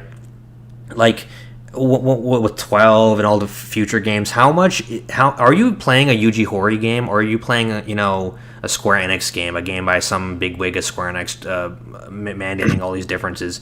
I play the Dragon Quest series because if shit hit the fan, I had to choose between siding with Yuji Horii or Square Enix. I'm siding with Yuji Horii every day of the week. I am his. Yeah, absolutely. Yeah, I'm a fan of Yuji Horii before I'm a fan of Dragon Quest. That's how I am. I will follow him. I will play every game that he makes. Last month I played his new visual novel he made. I played the whole thing. I had a great time with it. He's the most important, the best game designer in the entire Japanese gaming industry ever. Every person who does this stuff nowadays, they all are inspired or influenced by this guy in some way. People underestimate how important Horii is for this industry. And you have one of the greatest game designers of all time, and you aren't letting him just do his thing. That's my problem. You should let him just do his thing, He's the last living creator of Dragon Quest. We don't know how much longer he's going to be making these games for, how much longer until he retires. And I think I want to just see Horii's games fully the way he wants them to be. And this whole interview implies that that's not what we're getting. Square Enix is meddling with him, making him do things, and we don't know what this is. Just a little tidbit of him saying something, and it was because he felt comfortable enough to say it because Torishima was breaking the ice, like you said. We never would have even heard about this if it wasn't for this interview. It's I mean, yeah, like you said, if this was really Horii's intentions, if this was really, if he came out here and said that it was his idea to do this, I think a lot of people would be put at ease, right? That this wasn't some corporate or oversight, or this wasn't some outside forces, I don't know, from America or Canada or whatever, demanding, making certain demands of him that he couldn't just refuse. If he did if it was him himself, it would be different, right? So, I think that would put a lot of fans at ease that it was his own decision. It was his own creative decision to do that. Right. But another implication of all this is that, obviously Dragon Quest 12 is in development right now, right? So, unlike with Dragon Quest 3, we know what Dragon Quest 3 should look like. We know how because it's been re-released countless times over the years, so we know we have a point of reference. So for new games, however, it could be concerning because we don't know exactly what was meddled, right? Exactly. Yeah, like maybe Yuji Horii had some ideas for Dragon Quest 12 that had to be altered or axed because of these same things, and that is why I think you should always have you should never just be just fully pro censorship, right? You should always have a discerning. You should always have a discerning eye, right? Even if that's why I always say, some people will always say, "Oh, the cross thing, it's very insignificant. The female warrior is very insignificant. Some of the monster designs, they're very insignificant. The gender thing, well, I do think that's more significant, but maybe in the grand scheme of things, somebody will say that's still insignificant." And you know what? Even if they're all insignificant, what's important is that someone has the power here, other than Yuji Horii and his team, right, to dictate, to do that, basically, to change the game in that way. And the fact they have that power, whoever it is, who if they're dictating to Horii and his team to do these changes, you don't know what else they could change, right? For all we know, there could be many more changes in this upcoming Dragon Quest 3 game that we don't know about yet because it hasn't been released, or there could be many more changes, or there could be many more demands on Yuji Horii and his team in the next game, like Dragon Quest 12, for instance, exactly. Right? So, and that's really what it is. I think it's about to me, it's about the power. Somebody has the power to dictate to Yuji Horii and him to change his games, to change what he's doing, right? And if they have that power, why wouldn't they use that more and more? And why wouldn't they use that on the next game, like Dragon Quest 12? Exactly. And I honestly, I think even 11 has been I think the series has been affected by something like this for a long time. Actually, I think There's been indicators here and there that like there's been weird censorship. Obviously, like the removal of the crosses, for example. All the priests in Dragon Quest XI don't have crosses, but I'm pretty sure that the original intention was for them to have crosses. You find the female warrior in Dragon Quest XI. She's one of the combatants you fight in the arena. Actually, her name's Wambalina, and I was playing DQ11 to confirm this, but she's actually wearing the same shorts as the female warrior in the current design. Actually, the exact same shorts. Her armor is almost exactly the same. So we never seen this character's original design, right? Ever. But we can tell that there's like censorship there that exists like pre-development. You can see bits and pieces of it essentially. So it makes you think, how much has this series been censored over the years already that we don't already know about, and in the future how much is going to be censored, and how much is Hori's vision going to be compromised essentially? Because this is just what we've seen. You're right. This is like just the tip of the iceberg. This is all you can see at the moment. All that people are making us think about, and what else is being changed? How much of DQ12, when DQ12 comes out, how much of that is it going to be a Hori's game? That's going to be the last Dragon Quest game with the big three, and how much is it really going to be the last real true Dragon Quest game? That's what I'm worried about. And I don't know. You were talking about being pro censorship, and I don't. How can you be pro censorship? I just don't get it. I've seen people like saying, I don't want to make it like. Well, there are some people that are pro censorship because they subscribe to, and this could be on any side. I'm not saying one side is like this. It could be on any side. People are pro censorship because they subscribe to certain political or world views or whatever the hell. And once again, I'm not saying one side. I think any side does this. And that's why they're, so any side can be pro censorship for that reason. So, and it shouldn't even be a political thing. I feel like this should be a basic common sense thing that censorship's bad. It kind of is. It's where art goes to die. It's like it ruins art, and it shouldn't. It should be opposed by everybody is the thing. And if you're a Dragon Quest fan, or you're a Toriyama fan, or you love this series, you should want the most unadulterated, purest version of Dragon Quest that the creators of Dragon Quest wanted to give you from the beginning. That's what I want. I want the Dragon Quest game that like Hori and his buddies were making back in the 80s. That kind of Dragon Quest game is what I want. No people telling them what to do. They just made the game they wanted to make, and that was it. And things obviously changed over the years, and I think like starting with the Square Enix merger, I feel like it has a big kind of. That's kind of like where things started changing, was the Square Enix merger. I feel like, because there wasn't a lot of censorship in the series before then, and then after the Square Enix merger, stuff started getting. Well, at the very least, in the Japanese releases, I mean, there was some censorship in the American releases. Right. Like Nintendo America. Well, actually, no, it was Annex America, because Annex America covered 2, 3, and 4. Nintendo covered 1. There was basically they covered 7, which was the best one. Yeah, no, that was NX. After NX dissolved, they came back again. So it was like NX 2.0, right? Because NX in America had 2 different offices. They went bankrupt once. They were gone for years, and then they came back with a Western division after their departure. And when they came back, they made a few really good Dragon Quest localizations that had no censorship, like the Game Boy games, that Dragon Warrior 7. Those are a different thing, like by a different group than 2, 3, and 4 on the NES. So you can see the differences there. And then the Square Enix merger happened right after 7, and then we got 8. And 8 obviously had censorship all across the board in both versions of the game. It had tridents and stuff, crosses, so you already had that going on.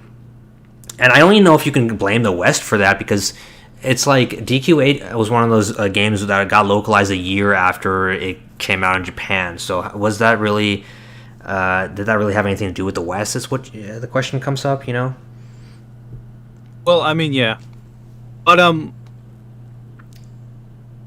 overall, I don't know, but overall, I some people will always say like, why does any of this matter, and are people taking it too far? Well, I mean, hey, you could take anything too far, but something that I do think that it's a good thing people do talk about this. I don't think it's fair, and I don't think it's a fair way to frame conversation to just shut down conversation of this. I mean, obviously it's happening, right? Like, yeah. Corey chimed in on itself. Like it's not like it doesn't exist. Like, this actually is happening.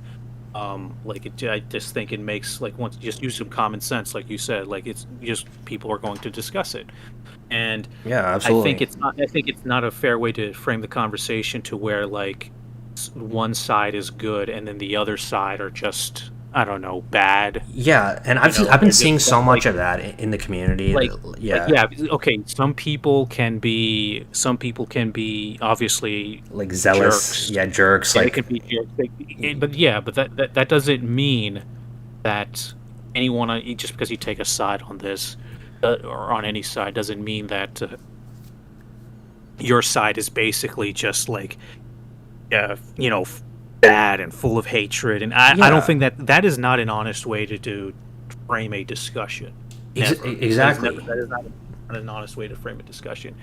Um, but yes, overall, I do think that it's. I think it's good that this is being brought up because, at the very least, I don't know if this will make a change. I don't know. I'm a very pessimistic person by nature, so It's gone viral worldwide. I. People are talking, so I don't know. Right, right, You right. told me a few weeks ago, actually. You told me this will only change if something huge happens, and right after you said that, Elon retweeted this, and then it blew up, right? So, I guess that's I mean, I don't know.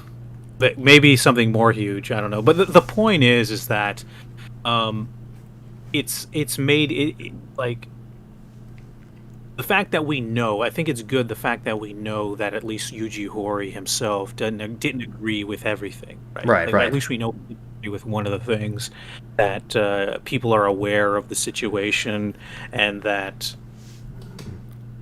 uh, these things are not just going to go down. Like they can't just do everything. Like once again, like I said, even if you think it's a small thing now, it doesn't mean it'll be small changes in the next game or forever, right? They could be changing more and more big things that'll affect the game in the future. And I think everyone who says like, well, I don't really care because it doesn't really affect the game, and you know what, you might be right. You might be right for now. You might be right for now. But something that you should always raise your eyebrow is that there are people that have the power and they can dictate to Hori, right? Whoever they are, what to do basically. And if you think that, I don't know, to me, when someone has a power over a person, that doesn't mean that they're just going to like stop at like small things, right? Yeah, Why would they? If they can keep going, why wouldn't they do that? That's just how humans are. right. Uh, so, uh, I think I don't know. I think it's good at least to just to be aware of it and to know that, and hopefully that Square knows that. Hey, like let Hori, like maybe they'll let Hori do what he wants to do, right? So Exactly. Like, let the guy do. And I'm looking in the chat and I'm seeing people saying that like Dragon Quest fans are being really toxic over this. I know you're not too on social media, but Dragon Quest community has never seemed this toxic before ever. It's pretty bad, and I gotta admit, I don't like the behavior I'm seeing where people are saying that anyone who complains about this is not a real Dragon Quest fan or is like a faker trying to get impressions. I just really hate that shit so much, dude. Because since I well, start like what unfortunately, like. I mean, this is a discussion about the discussion. Unfortunately, this has gone political. yeah, and it shouldn't be. It shouldn't be political. That's Well, not. I mean, yeah, but it has, and it is, and like, look, people have their own political ideologies and their own political persuasions, and because of that, now it's more friend. Now you're more friend enemy. Now it's more, the people that disagree with me are, like. It's going to be much more visceral and much more and the thing is when it goes political it becomes less about Dragon Quest, right? So that's why I'm always trying to like you should always try to like go back to Dragon Quest. Right, right. And I know there's going to be people like okay, I understand there's going to be people that are going to it's going to, because of the nature of what this is, it's going to be more political for them. It's going to be less about Dragon Quest and you know what, if it is, that's fine. You know what, if you really it's more about the politics for you, that's fine. However, I think you should always just be honest about that, right? You're Yeah. more concerned about the politics about it, not Dragon Quest. For me, and I'm pretty sure I can speak for you, it's more about Dragon Quest here. Exactly, like About Hori. It's right, about right. Hori. Like people are trying to make this into a political thing, and I've seen people saying, "Oh, fake Dragon Quest fans," and it's very toxic. And obviously, there's a lot of YouTubers who've been making videos on this stuff, and I've actually watched a lot of them just to see what they had to say. And a lot of these guys don't know anything about Dragon Quest. They never played the games before. Which, you know what? I'm not gonna be an elitist and be like, oh, you have to play 1 through 11 and know all the lore and all. I'm not like that. I hate that shit so much. I hate this elitism, gatekeeping. When I started this channel, right, I wanted to make the Dragon Quest as popular as possible in the West. I wanted everybody to be a Dragon Quest fan. I wanted this series to become huge, and I wanted to spread a lot of love for this series. And to me, you can be a Dragon Quest fan if you just, if you vibe with the series, if you just like the movie from Netflix, you can be a Dragon Quest fan. I don't think there should be crazy requirements, but this whole, you have to be a real Dragon Quest fan to weigh in, I think that's pretty toxic also. I think everyone should be allowed to have an opinion on this, but at the same time, I'm seeing a lot of people, making videos on this, not really knowing what they're talking about, spreading a lot of misinformation. People don't know who Torishima even is. Someone said that he was the guy who worked on Final Fantasy. I saw a video actually saying that. I was thinking, are you kidding me? Get your facts straight if you're going to be making a video on this topic. I haven't made a video on this topic yet, an actual video, because this feels like an ongoing story that just keeps on updating, and we don't have a real conclusion or know all the facts. And when I make a video, I want it to be definitive, just end of story. That's what this is on the topic, and we don't have that kind of information. But at the same time, a lot of people have been asking me to talk about this, and they're accusing me of batting for Square Enix by staying quiet. And I really hate that too, because I like to be an honest guy, and I like to be honest about my opinions. And I think I take a lot of pride in being one of the more honest people in the JRPG YouTuber community, because a lot of JRPG YouTubers, they do bad for Square Enix, and they do keep quiet about a lot of things, and they do excuse a lot of things that these corporations do, and I don't want to be one of those guys as a thing. So I want to talk about this completely truthfully, exactly how people expect it, exactly what people expect from this channel, watching this channel, and having my real honest opinions about things. So yeah, we're not fans of the censorship. It sucks, and it sucks not because of some political reason. It sucks because Yuji Horii should be allowed to do what he wants to do in his own game. This is his video game series that he created, that he created back in the 80s. He's been doing this longer than anyone. Literally anyone. He's been in the gaming industry, involved with it, actively involved with it. He's a legend, and the fact that a legend like this can't make the game that he wants to make, and he's being told what to do by someone higher up, that's really bad. And that kind of segues into my next point, which is this interview, right? This interview is no longer on the internet. It has been deleted since it went up, or it's been privated, and I want to talk about this. So Black and Fish, about the situation a little bit, right? Right. Well, I know that it was scrubbed, yes, and I know that the person that posted it apologized and all that stuff. I mean, it's kind of crazy, but yeah. Yeah.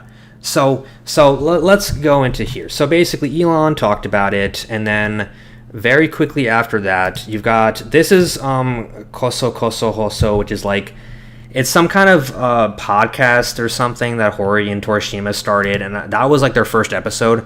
I'm pretty sure that was their first episode because they just made the account this October, and they don't have a lot of tweets, so I'm assuming that was their first episode. If that was one hell of a first episode, because they blew up all over the internet. They got so much controversy over this.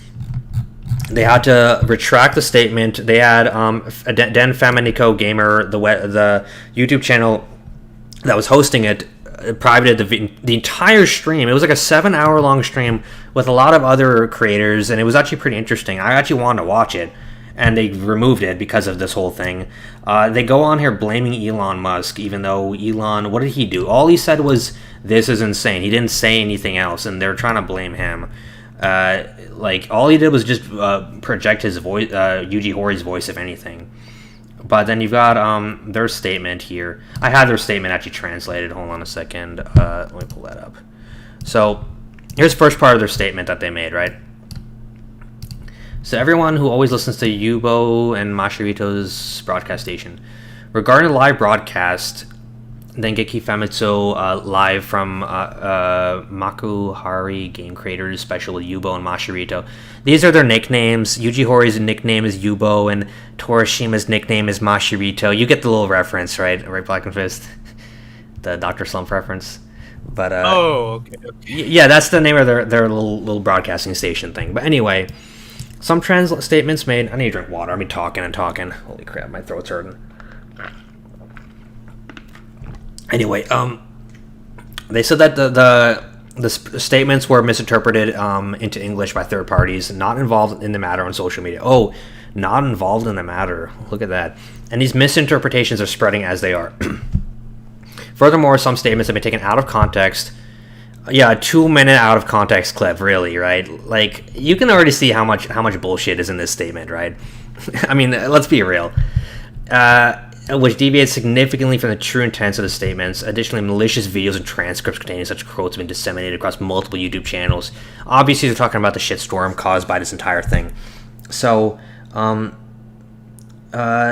basically, the problem here is the one word, where they said sex education when it should have been Puritan, and it doesn't really change much of anything about the interview. The interview was very blunt, you know. Like if this statement came out and said, "Here's the real translation," and it actually said something completely different, then you know what? We were all mistaken. But I mean, this one thing does not, like you said, it does not change the meaning at all. It does not change anything. This is they found one word that was wrong, and they used this as an excuse to pull the video down. Basically, that's obviously what's going on here. If this is, by the way, if this really is if this all really is a mistranslation, I would like to know what they actually said. Then what did Hori and Torishima? Well, you know what? They said that they pulled on the video and they said they were going to re-upload it with English subtitles within that same day. You want to guess what they did? They took it down. Do you think they uploaded it again? No, they didn't. It still hasn't been uploaded, and I think they're just waiting for people to forget about it. Basically now, like it might be gone forever. You know. Look, I'm willing to admit I'm wrong on what I just said about Hori and his words. If someone can provide a translation, right, and if it's an accurate translation and it's completely different, like that conversation wasn't about anything, like it was portrayed the way it was, right? Then yeah, okay, I'll admit I'm wrong. I will too, honestly. But this is super shady so far. This is weird. The fact that they removed it for one word, they privated the video. If the translation was wrong, you know what they could have done? You're a YouTuber. What do you do? What can you do to a video after you upload it? You can put subtitles on it. You can transcript it yourself, right? There's nothing stopping them from doing that. They literally could have just done that overnight. Instead, they took the video down and privated the video so nobody could watch the entire video, which is pretty gross if you ask me, because that video is part of history. That video is a Tokyo Game Show interview with a ton of game creators, and it has a very important interview between Torishima and, I was going to say Mashirito, Torishima and Yuji Hori, and they're talking about something very important, and this interview has gone viral worldwide. You've got huge people, like celebrities, talking about it in America. The most attention Dragon Quest has ever gotten, and they've removed the video, which is really shady. So we're asking that you refrain from engaging in any actions that will separate the speaker's intentions. So, and then what else is there? There's a second part of that I want to pull up. Okay, here's the second part. Acts of cutting and disseminating videos that the speaker did not intend. Like apparently it was unintentional what they said, even though the whole clip, obviously you could tell what they were saying. Spreading incomplete transcriptions, cut parts of the video. It was a 2-minute clip from the video. You can misinterpret what it's not like it was like a one sentence, like half a sentence or something. It was like the whole context was there. You know, this is such utter horseshit. Like this entire thing, basically. Like I'm offended by this. I'm offended by that they think we're so stupid that we're gonna buy this. Basically, I think it's worse. They actually made it worse by deleting it. If they had just left it up, it wouldn't be as bad. They made it much worse by deleting it because it seems like they have something to hide essentially, and it seems like so the guy, right? The guy who transcribed it originally, right? The original guy who made that thing, that Elon Musk. It wasn't this account. It was this account who made the thing, right? This guy took his video down and he apologized on Twitter, saying, "I would like to apologize for the incorrect English subtitles created for Torishima's statement, and I apologize for any inconvenience caused to all parties involved." He deleted every single one of his tweets after that. There's nothing here. This dude was like some kind of journalist. He's been on Twitter for over a year. He had a lot of other tweets. I saw them, and he deleted everything over this, and it's all gone now. And holy shit, what happened? Did they like send the mafia after him or something? Like, I know it sounds like crazy, it sounds insane, like major conspiracy theory level stuff here. There's nothing confirmed. We don't know what happened, but the fact that not only did they remove the original broadcast, they forced, like, I'm thinking they forced this guy to remove. Why would he remove it? Like, what happened? Well, do you think they forced him? Do you think he did it on his own because he felt bad? Like, what's going on here, right? Like, tell me what you think. We can once again we can only speculate, but it kind of does look like someone higher up told him, like, "Hey, remove that video," or something. That's what it looks like. I think I know people are gonna say that, like, you're a crazy conspiracy theorist and, like, oh, come on, bro, there's no proof. But, like, dude, like, Japan's got some crazy defamation laws where even if you say something true about somebody, they can still sue you. Okay, that's, like, insane. Like, I would not be surprised if he got like a legal letter in the mail or something crazy like that, and they were like, yeah, you better take this down right now. I'm thinking, like, I was, like, actually angry when this happened because that video was going viral. It was getting a lot of attention. This dude takes this video down and essentially removes it. This is the lady who was interviewing them, right? She's doing damage control around the clock. Let me find her, what she had to say about it. She had something to say. All right, maybe this is it. I haven't seen the whole video. Careful, post that kind of thing could spread to strangers based on speculation, a hoax and propaganda. She's saying it's speculation. There's no speculation. We heard he obviously said something, right? And you're censoring what he has to say. This is the official, the spread by Mr. Musk's repost. Of course, they're blaming Elon for this. Do not misunderstand. It doesn't even make sense, any of this, essentially. It just seems like obfuscation if that's the angle they're going to go with. But hey, whatever. I mean, look. Various parties concerned. Look at this. I wonder what those various parties are, right? Various parties concerned contact. It could, right? I was telling you, to me what this seems is like this is bad PR. Right now, I know you said all PR is good PR, but hey, like that video and Elon tweeting it out, I mean, they would obviously swear it doesn't that, right? Like, right. To them that's bad PR.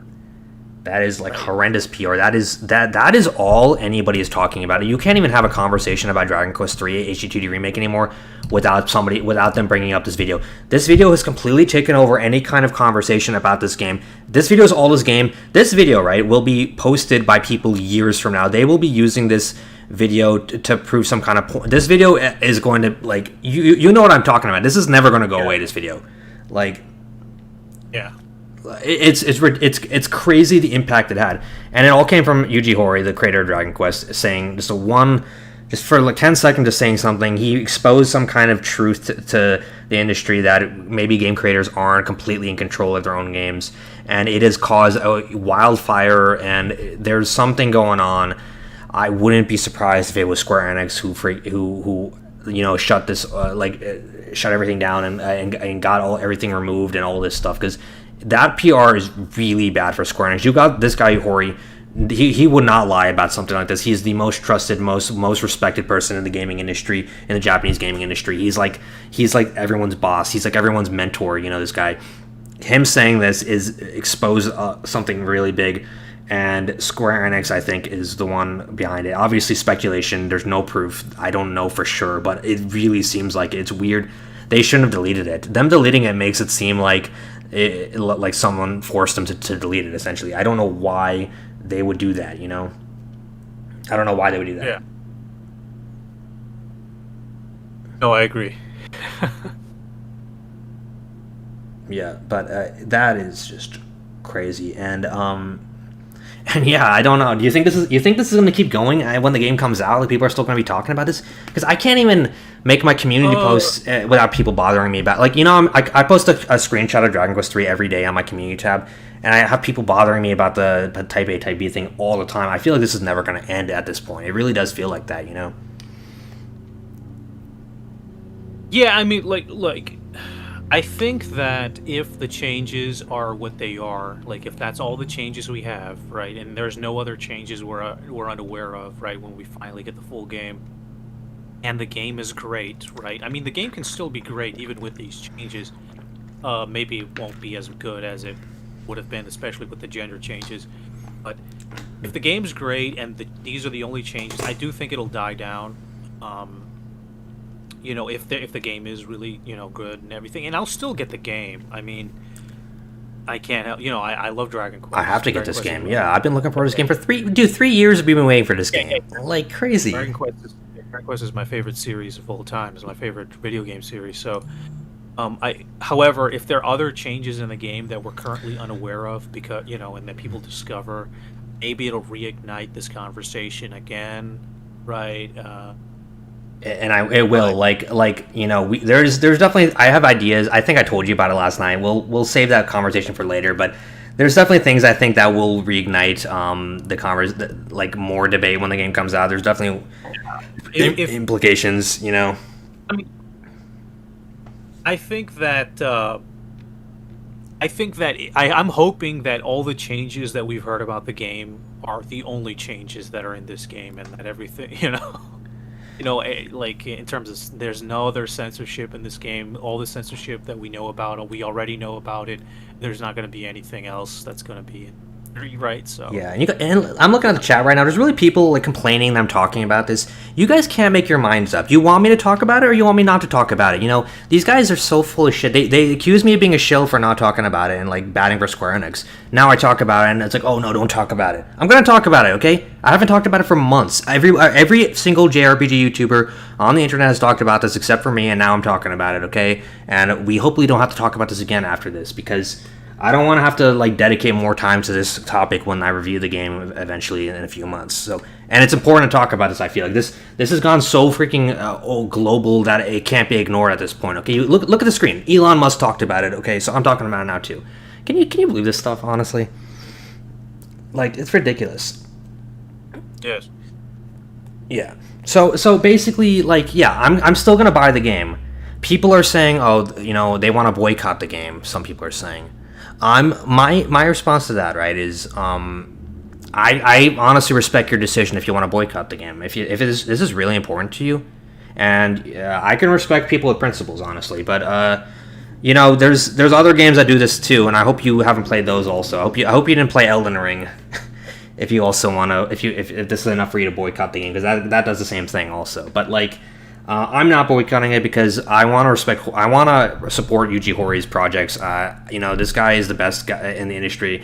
I want to support his game, and I don't want his game to fail. That's my thing. I want this game to do well in the West, even though there's all this controversy surrounding it. Like, you agree with me, right? It's like it would be bad if something like that happened. yeah. Yeah. Like you know what? It's like it's kind of just sad that this game got caught up in this whole thing. You know, it's like this all could have just been avoided. I feel like that's the thing. Oh well, of course. I would have hoped this all didn't happen. You know? Yeah, I just want good vibes. You know, I want positivity. I want to talk about all the mechanics. You know, all the cool stuff, the speculation, like the secret ending that they're going to be adding to the 1 and 2 next year. Like, I wanna talk about the cool stuff about the new game, but you can't talk about it because everyone's talking about the drama. You know, we're not even talking about the actual game anymore. And I get it. This is part of the game. It does impact the game. We've talked about it already. It impacts the game in a way, but it's just sad that this is completely taken over the discussion. And I do think it's going to impact the next games. I really do. I feel like this is the biggest shitstorm that this series has ever seen, ever. like I don't think like this is better PR for the game than DQ8's whole marketing thing that they did back in the day. You know, on the positive side, it's on the positive side of things. Like I've said with the change to the female warrior, it seems that they really wanted to retain the original design and whatever demands were made of them. They did the minimal most possible to keep, you know, the original design. And it's also from this conversation here with Torishima, Hori seems like he's not really up for all this censorship and these demands that are made of him. So we could hope that, you know, hey man, hey look, at the end of the day, if Hori's not really up for it and they demand this of him, you know, maybe he can push back. Maybe he can say like, no, you know what, I'm drawing a line, right? I'm just not doing this, right? Yeah. Like I'm not doing. I hope that Hori does. I hope that if there's demands made of him, right? If there's demands made of him that he thinks, hey, this is not part of my vision. This isn't what me and my team want to do. That hey, you know, I hope that he comes out on top of if that happens, right? So right, exactly, and like it just kind of sucks, and you know, I kind of sometimes wish Square Enix didn't own Dragon Quest or like. Well, me too. I wish he could just go and leave the company and go do his own thing. And you know, if he decided to leave Square Enix and say screw Dragon Quest, I'm making a new series, I would just leave with him. That's if Yuji, I mean, I don't know, like I don't know if I would want that, but hey, if that happened, if Yuji Horii left Square Enix and he's making a new game, I would absolutely still go and buy that game. Absolutely. Like I played this game last month. It was pretty cool. It was pretty cool. It was a really great game. It had new content.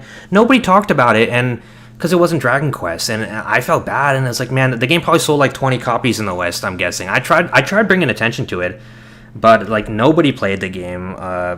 Yeah, it's like, and the thing is, you know, people are like, oh, what will happen when Yuji Horii like quits Dragon Quest and isn't part of the series anymore? Dude, if that happens, I don't even know if I'd be into DQ anymore. I don't know about you, but I feel like I would really, that would be the final, because he's the last living creator of Dragon Quest. You know, he's the last one. I mean, Nakamura, like the programmer, right? Technically, I mean, but he doesn't work on Dragon Quest anymore. Though he's got his own company. Yeah, I know. Yeah. But you're right, though. You're right. So Nakamura, there was a bunch of people who worked on the original DQ who are still alive, but he's the last guy working on the series still. Well, Nakamura worked on what, like 6 of the games or something? Nakamura was a programmer originally. He was an NX guy. He's the founder of Spike Chunsoft, right? That was his company. Uh-huh. He currently is like he's like one of the chairmen or something for Spike Chunsoft. I think he works on their games, something like that. Yeah. So he's Nakamura was heavily involved with the first like 6 entries, and then I think he left after that. I think that's what happened. But right now though, yeah, it's just Yuji Horii and a bunch of really young people. That's kind of what the Dragon Quest team looks like. Like that producer is like 30 or something. Like you saw that guy at the Tokyo Game Show during the presentation. Yeah. The brown-haired guy. Yeah, that guy's the producer for DQ3 HD2D remake.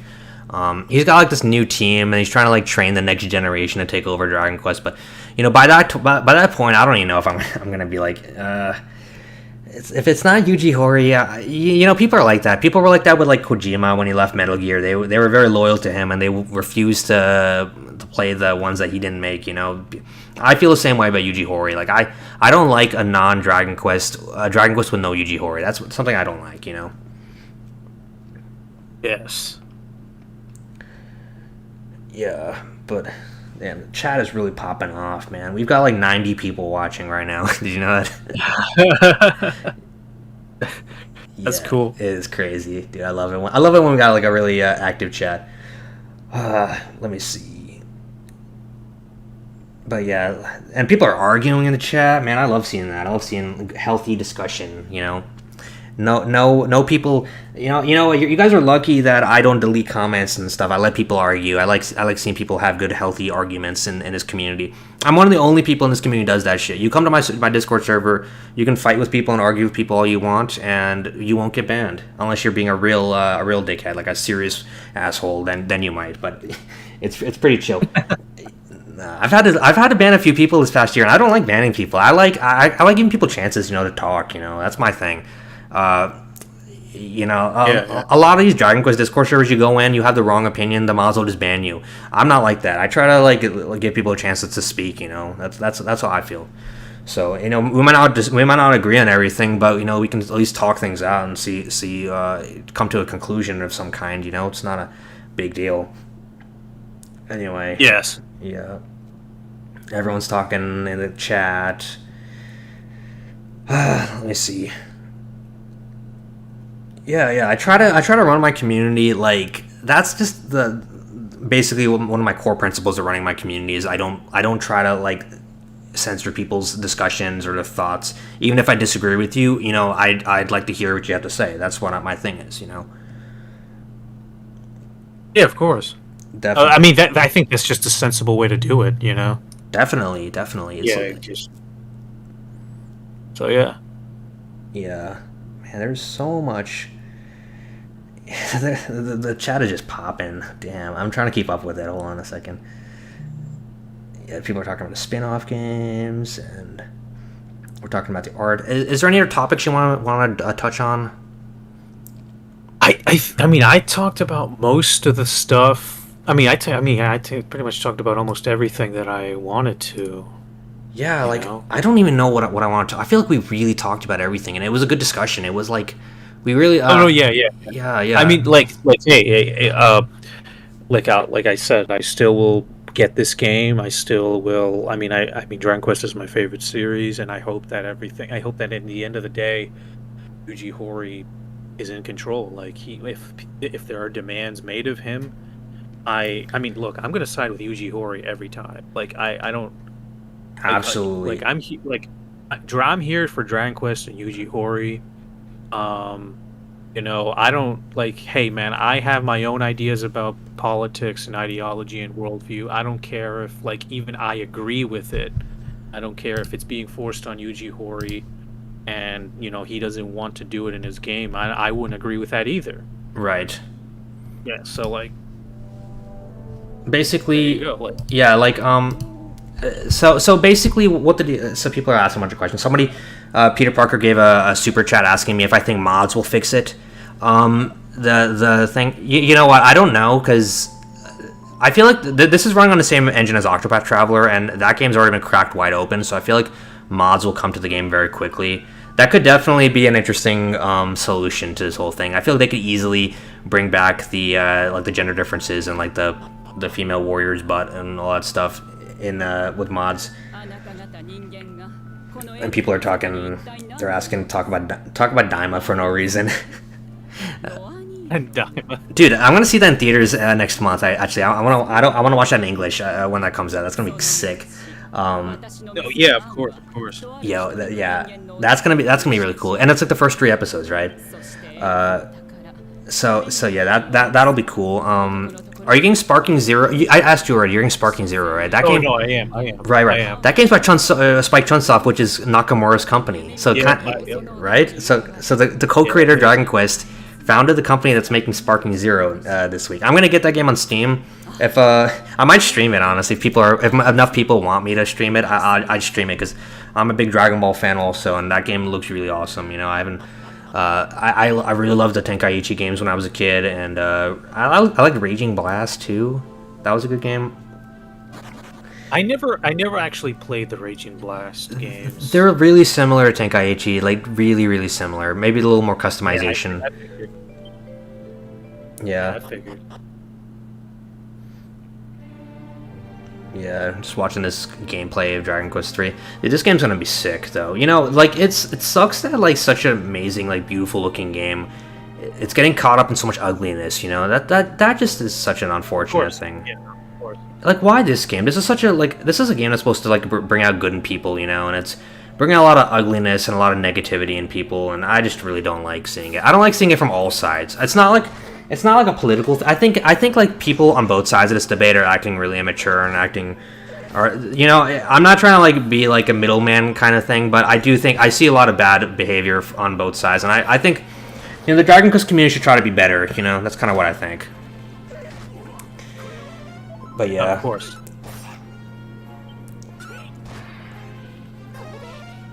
But yeah, dude, I can't wait. This is gonna consume my life when I play it. I'm gonna stream this every day when I get it. I'm gonna stream this every day. I hope they announce a demo this month. You know, that will be sick. If like, I think they will actually, because Square Enix always does these demos, and they always announce a demo of an HD 2D game about a month or so before the release of the game. That's usually when the demos drop for these games. So I think in like, And the games always like carry over. yeah, I think it's gonna carry over because every single Team Asano like HD 2D game has like data transfer. Live Alive did it. Triangle Strategy, Octopath 2 did it. So if I had to guess, I think they'd probably do like, oh, you could play the first Alayahan Island, and as soon as you get off the island, the demo ends. Probably, I feel like they're probably gonna do that. Most likely, that seems kind of likely, you know. Oh yeah. Yeah, just the starting area. That's what I think they're gonna do for the demo when it pops up. But yeah, if I had to guess, I think like 10 or so days from now, like a little over a week from now, they're probably gonna announce the demo or like release the demo in a little over a week, is what I'm thinking. Dude, this dungeon was the biggest pain in the ass in the original. This was the dungeon where it had you remember this dungeon, right? It's the dungeon next to it's next to the fairy village. How many times have you beaten DQ3? You've been a bunch of times. Okay, yeah. No, dude, I've only ever beaten it once. Dude, once? Dude, I've beaten this game so many times I can't even remember how many times. I'm not like you. I'm not on your level. Dude, I've literally lost count of how many times I've beaten Dragon Quest 3. It's like I know this game like the back of my hand. I know like everything. I know everything every character is going to say before they even say it. That's how much I play this game. You know. Yeah, I'll fully admit I'm not on your level. I've only ever really played the Dragon Quest games once through. So. Yeah, now some of them are definitely worth, especially this one. This one is like designed for multiple playthroughs. It's designed like, oh, okay, you beat it, now try it with this party combination. Try it with these amount of characters. By the way, you know how there's the scroll that gives you that turns into a into what's it called, the sage. They are actually giving you 3 of them in this game now instead of 2 like in the original, which I don't know if I like that, because now what's the point of having a gadabout? What's the point of having like a jester clown character if they're gonna already give you 3 sage scrolls? Did they make any changes? Like what do you mean changes? To the gadabout, did they make any changes to how they work? Or are they? I'm pretty sure it's the same. I think it's the same. Like the gadabout still is the only class that can turn into sage without the book, but they give you 3 books in one playthrough, which means that you can have. Everyone's gonna have 3 sages in playing this game. Literally, everybody's gonna have 3 sages. I can't. Yeah, that once again, hey, we already talked about the map thing and about how they're making the game easier. That just seems to me like they're doing that. Yeah, it is, and I don't like that. Like, okay, there's also a pre-order bonus, or like the collector's edition, that $200 collector's edition that comes with the little acrylic figurines. Really, totally worth it, you guys. Totally worth it for a bunch of little plastic toys. $200, but yeah, that collector's edition comes with the cat suit, and it comes with what's it called? It comes with an extra sage scroll. So that's 4 sage scrolls potentially you can have in one game. So you know, they're making this game super broken by doing that. I feel like 2 was good enough, and it gave the because the sage is the best class in the whole game, and by giving you 1 scroll at the very beginning and 1 towards the end, that kind of balances it out. It doesn't give you too much of an overpowered party. But now you've got 3 of them, and you potentially more if you pre-order the game, the collector's edition. You could have like another one early on. You would have like multiple sages just ripping through everything. I remember this area with the healing place in the middle. This dungeon is the worst. This dungeon always kicks my ass because I love going into this dungeon under-leveled. I always go into this dungeon under-leveled, and the vampire guys always get my ass. So it's a pretty, you know. That's basically, dude. I'm like looking at the chat, and I have to like approve a bunch of messages that keep getting caught by the filter because everyone's like yelling at each other. It's so funny. Okay, I find it very entertaining when people fight. I don't know. I'm a very bored person. All right. So that was the heal spell. So yeah, there's a new spell in the game too that they confirmed in the recent gameplay called Zin, that the player character gets access to early on in the game. Yeah, you mentioned it during the stream. Right. That was interesting because I was sure that the person playing the game was screwed when there were two of their party members died, especially their healer. I was like, okay, yeah, they need to leave and evacuate. I will say that the original game is very difficult because if one of your party members dies, you're screwed. Like, just one of your party members dying is enough to completely change the odds against you in a dungeon, and you will most likely get killed in a dungeon if your party members die. So I honestly think that spell, the Zin spell, is a decent addition to the game, and it does balance the difficulty a little bit. I think the game was a little too hard in that regard with that spell. That spell kind of made it a pain in the ass. Okay. Yeah, I got a lot to talk about. Yeah, I mean, hey, games just ain't as difficult as they used to be. No, they're not, and it sucks. And especially this is like a hardcore kind of old school JRPG, like real brutal stuff. Not as hard as DQ2. Dude, imagine what they're gonna do with DQ2 at this point, at this rate. Like, what are they gonna change in that? You think they're gonna kind of make that too easy also? Oh yeah, I mean, if they're doing this with number 3, I don't see why. Like, for instance, the map thing won't carry over. I don't know. They might make it easier in some other ways. Like, how much will they change in 1 and 2 HGTG remake at this rate? It's like, I can only imagine. I can only really imagine. I'm really, really interested. I'm very intrigued by 1 and 2, especially the new ending, the way they tie together. It's like, this game gives Hori such a unique opportunity to add more context to the story that wasn't there before. And it's just very intriguing, I'm looking at this scene right here. This is the one where you get the fairy queen, the elf queen's daughter, like, and her husband like jumped off. They unalived themselves. And yeah. So you can zoom out of dungeons now. Look at that. That's new. What do you think about that? You don't bump your head on the ceiling when you zoom indoors anymore. They took that from DQ11 and they stuck that in DQ3 remake.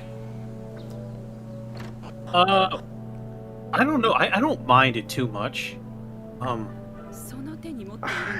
don't know. I don't like it. I kind of liked how it was kind of like tough. Like, you want to get out of a dungeon, you gotta backtrack and get out of there. You're right. Now that I think about it, you're right. I think I would prefer the older way because it kind of does make some redundancy. Yeah, exactly. It's too easy. It's like they're making things too easy. Is the problem.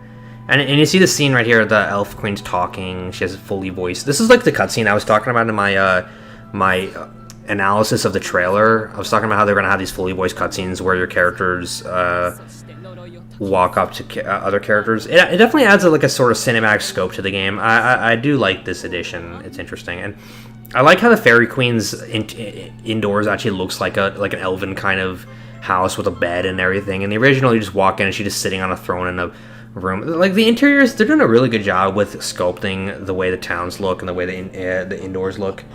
Yeah.